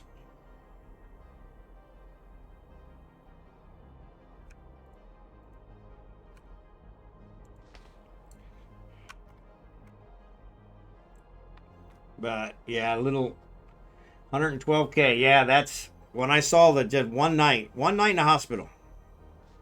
Like I said, technically I guess 2 days, 1 night, one overnight. And but yeah. And the ironic part about it was the most expensive part on the bill was the guy who consulted with us in the emergency room, the surgeon that consulted in the emergency room, not the guy who did the surgery. The guy who consulted in the emergency room was the most expensive. And I'm like, well, that doesn't make any damn sense.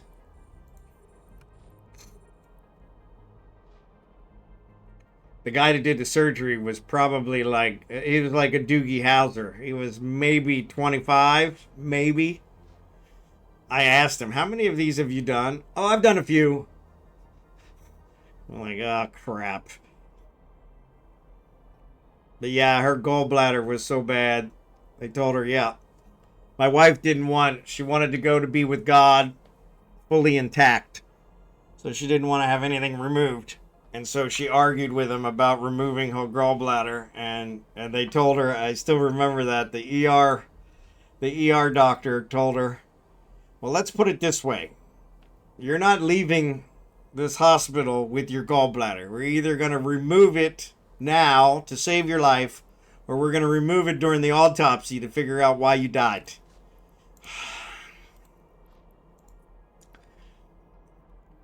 And then she was kind of like, okay, they can take my gallbladder. I'm like, really?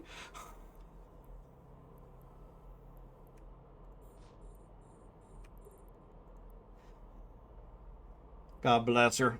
But yeah, I was scared to death. Because this Doogie Howser guy, I'm like, oh my God. And the surgeon, the surgeon that consulted, he came in the emergency room and said, I really should be doing this surgery. but I've been here all day. They won't let me do any more surgeries. You know, they're going to take her in right at 7 a.m. because it's emergency, and I really should be the one doing it because this is a difficult surgery. And I'm like, and then I meet the guy. He's like, but my colleague, he's going to do it. He never once said he was capable or anything like that, which was kind of like, okay. I was waiting for he's capable. It's not a problem. He never said that. He just, I really should be the one doing it, but my colleague will do it. And I'm like, and then I meet him, and like I said, he's like 25, and I'm like, holy cow. Yeah, I've done a few. But yeah. God bless him. He did a good job. He did a good job. It all worked out. But yeah. Well, and then it scared the crap out of me because I was in the waiting room I think the surgery was like 3 hours. I was in the waiting room the whole 3 hours just waiting for her. And people kept coming in the waiting room. Doctors would come in the waiting room and talk to people, you know. I thought it was weird because I could overhear what they were talking about, you know. And, oh, yeah, we took care of this. We took care of this. You know, it's all going to be fine. They're going to be fine, you know, blah, blah, blah. And I was thinking because of HIPAA regulations, it probably, you know.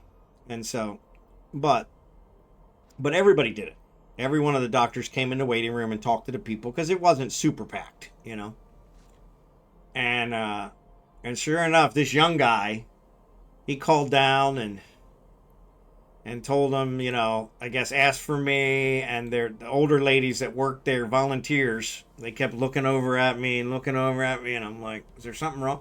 They're like, are you Mr. Bond? I'm like, yeah. I says, the doctor says he'll meet you over in that room over there. And I'm like, okay. And they thought it was strange, you know, and I'm like, and so I'm sitting over there for like 20 minutes waiting for this doctor. And I'm like, and he comes in and puts the book down and sits down and he goes, that was the easiest surgery in the history of mankind. And I'm like, what? He's like, yeah. He said, it was strictly by the book.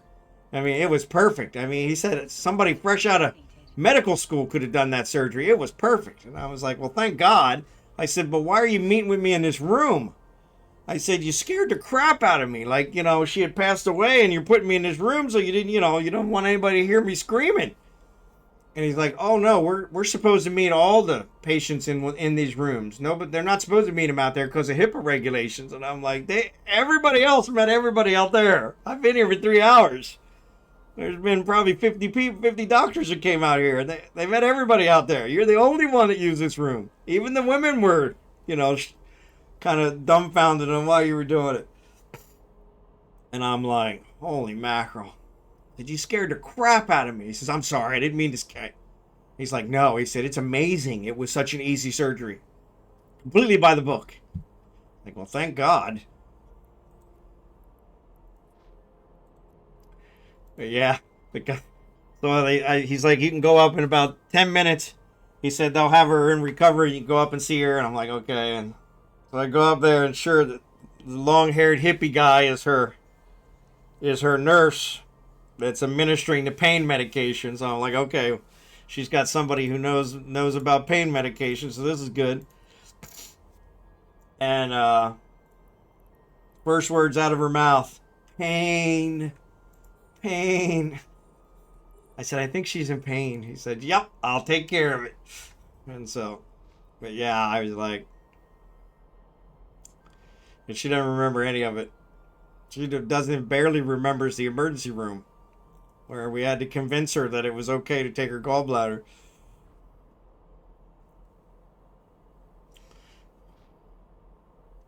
I think we'll finish this one, Scimitar, and then we'll call it. But yeah, I mean, like I said, he was a young guy, so he was following the rules, and he met me in the room, which is where they were all supposed to do it, but scared the crap out of me. That's why I told him, man, you scared the crap out of me. I thought you put me in this room because you were afraid I was going to start screaming. Which I probably would have.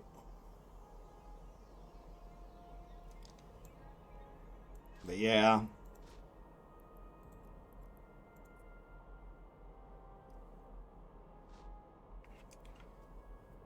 But yeah, I understand, Scimitar. That's a rough thing to go through.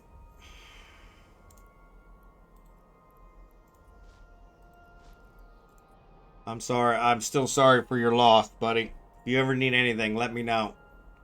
Always here for you.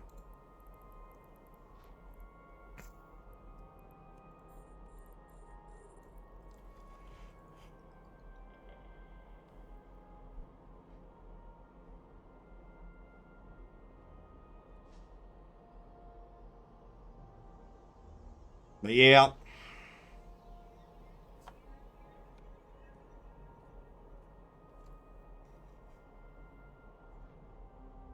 But yeah, we discovered cruising way too late. Because I really wish we had done more cruises.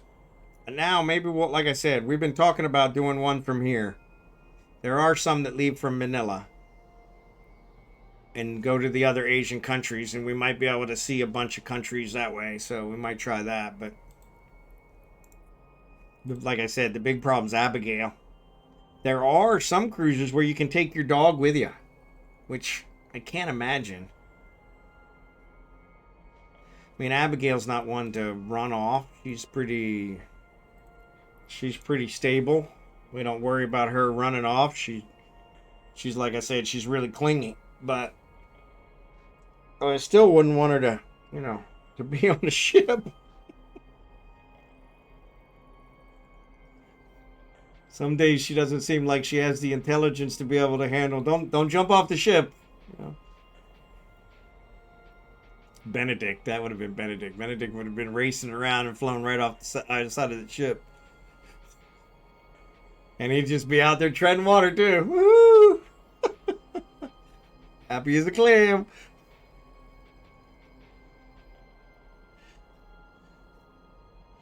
But yeah.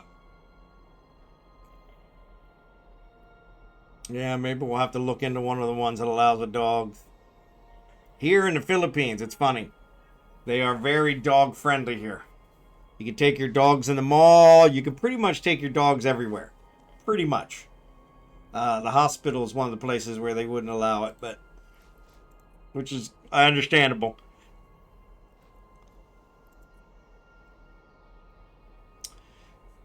But yeah, it was pretty much here. You can pretty much take the dog anywhere with you. They got to have a diaper. And like in Abigail's case, we always have her in the stroller, so she's like our little baby. We're rolling her around in the stroller. She loves the stroller. Just loves it. She hates to walk. Like her mom. But yeah, she loves the stroller.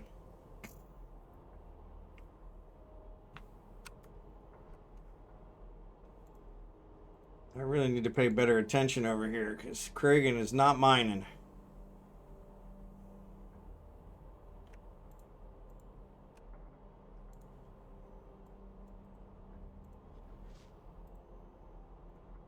Watch out, boy. She'll chew you up. She's a man-eater.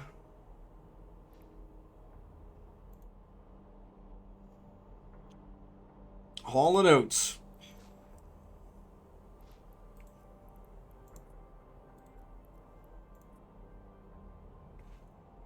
Compression's on. All right, thanks, buddy.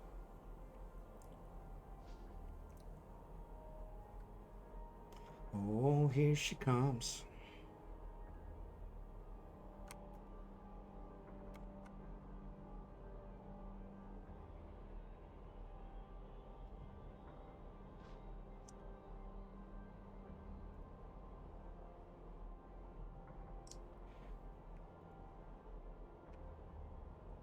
Yeah, we'll finish this one off. We should get right around the time of ending the stream or a little later. No problem. I owe you guys. I owe you 3 days, so. Which I hate to cancel. I hate to cancel.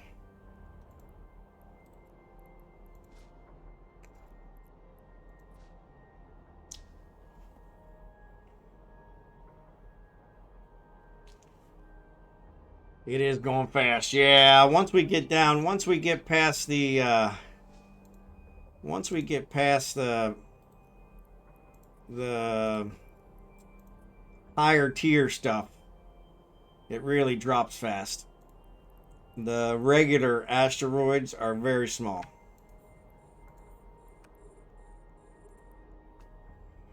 And now we're down into the Veldspar pretty much.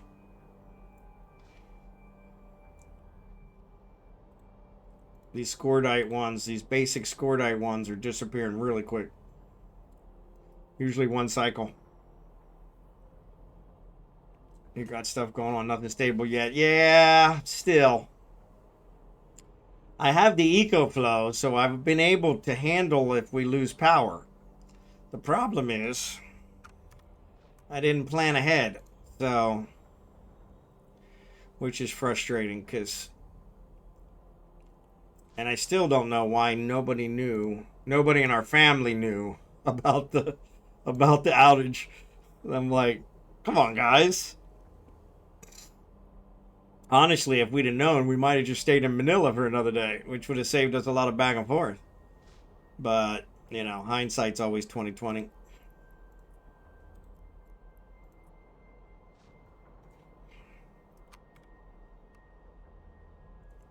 My wife did mention she's feeling better today. So, which ironically, nothing's changed. So, it's got to definitely be that she got herself stressed out about it.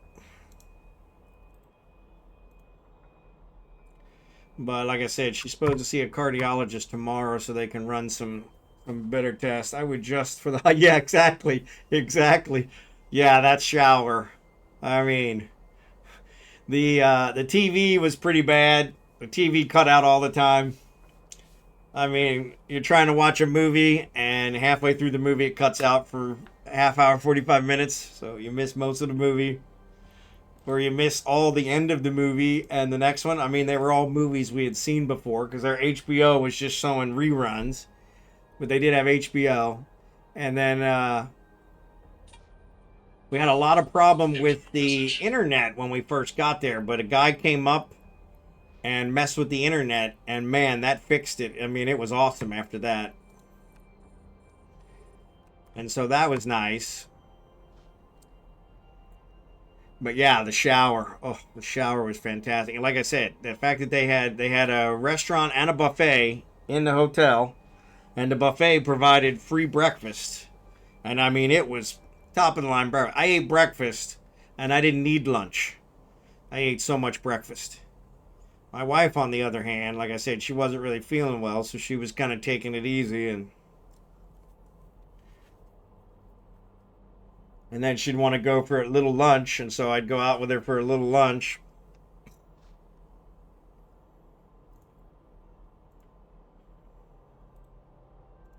The asteroid is depleted. But yeah, it was top shelf. Top shelf. Worst part, it was an older hotel, so it wasn't really super nice or super upkept. You know, the air conditioner was old, but it kept the place cold. You know, the fixtures and stuff were all older, but overall, it was a really nice experience. So, and then the fact that they had a medical nurse on staff 24 hours, I mean, that was above and beyond. I was like, man. So yeah, and then if you didn't want the buffet or their, you know, the first night we had it, their sit down restaurant, which was like Chinese, and it was really good. They gave way too much food though, but it was really good. And then they had places outside, kind of like a strip mall type of thing, where you could get all kinds of different other foods. And so that was really nice because it was so close.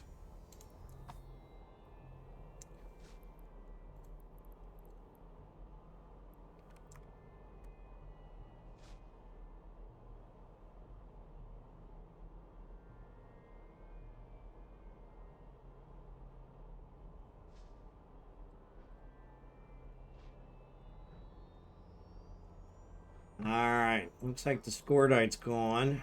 It says there's two.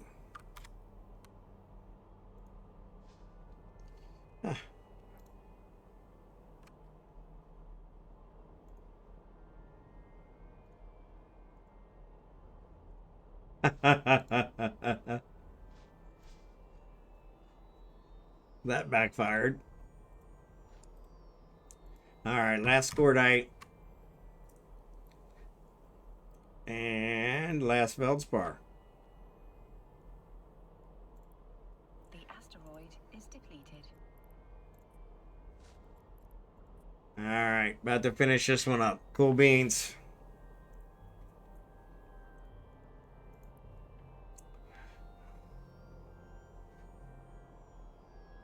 The asteroid is And that's the end of that.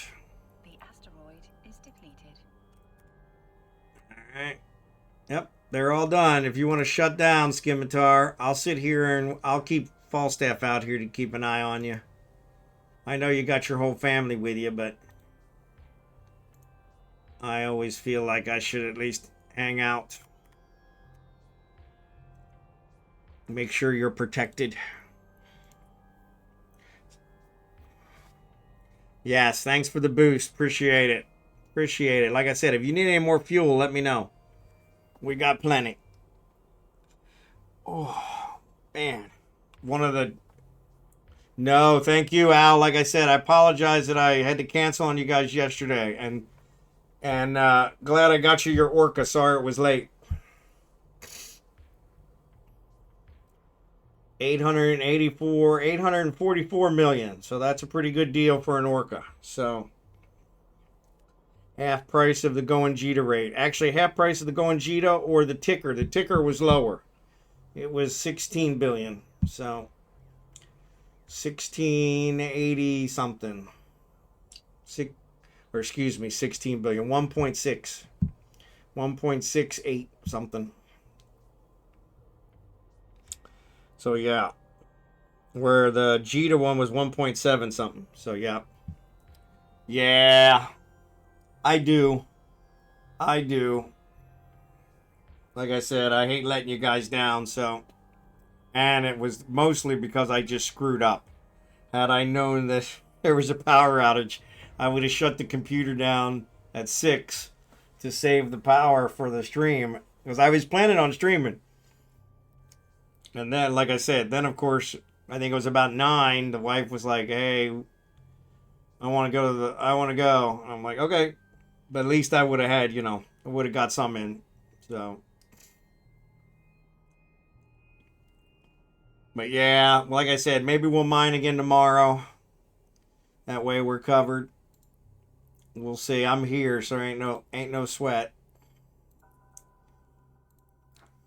Everybody's moving. Everybody's moving. Appreciate you guys.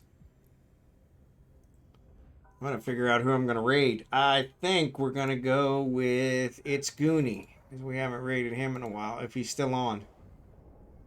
He's still on. He is not. He is not. Crap, I figured for sure he'd be on.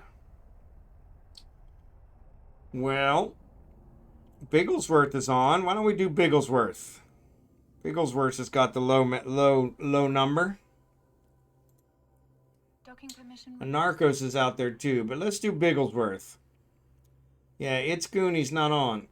Oh, yeah, It's Goonie is on. Wonder why he's not showing up. That's weird.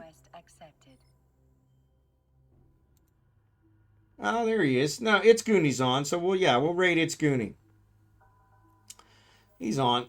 I don't know why it didn't show up. That's weird. Yeah, so we'll give him a raid. But yeah, thanks for watching, guys. Glad to be back. Missed you guys. And I will be back on tomorrow. So we will be there and we'll see. Maybe we'll do some more mining. Maybe we'll do some mining. Maybe we'll do some of the event stuff. We appreciate you. Thanks again, Scimitar. Appreciate you. Always good talking to you, Dracborne. Take care. I hope you're feeling better soon. But whatever keeps you from having to go in the office might be worth stretching it out a little. So, yeah, I can't imagine having to go in 4 days a week. That really sucks. But yeah, appreciate you being here. Thanks, Scimitar, almonxy, Jerry Can. I know you're out there. Appreciate you. And I will see you guys tomorrow. Caviar, what's up? 4 days a week. 4 days a week. 4 days a week for what, Caviar?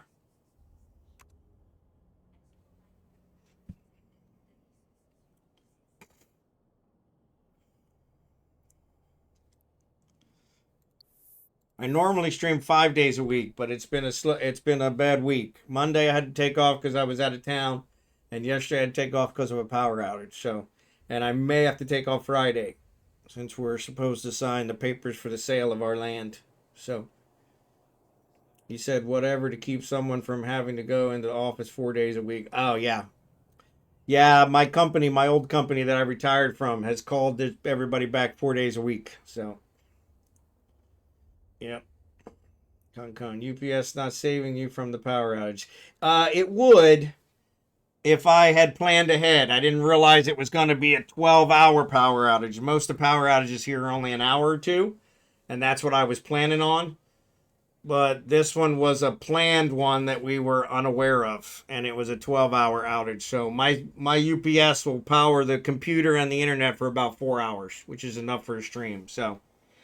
But I got to know ahead of time, which we weren't. We were out of town all weekend, came back to the next day being a power outage. So yeah. But yeah, appreciate you, Scimitar. Thanks, Jerry Can. Conome, thanks for being here. And I will see you guys tomorrow.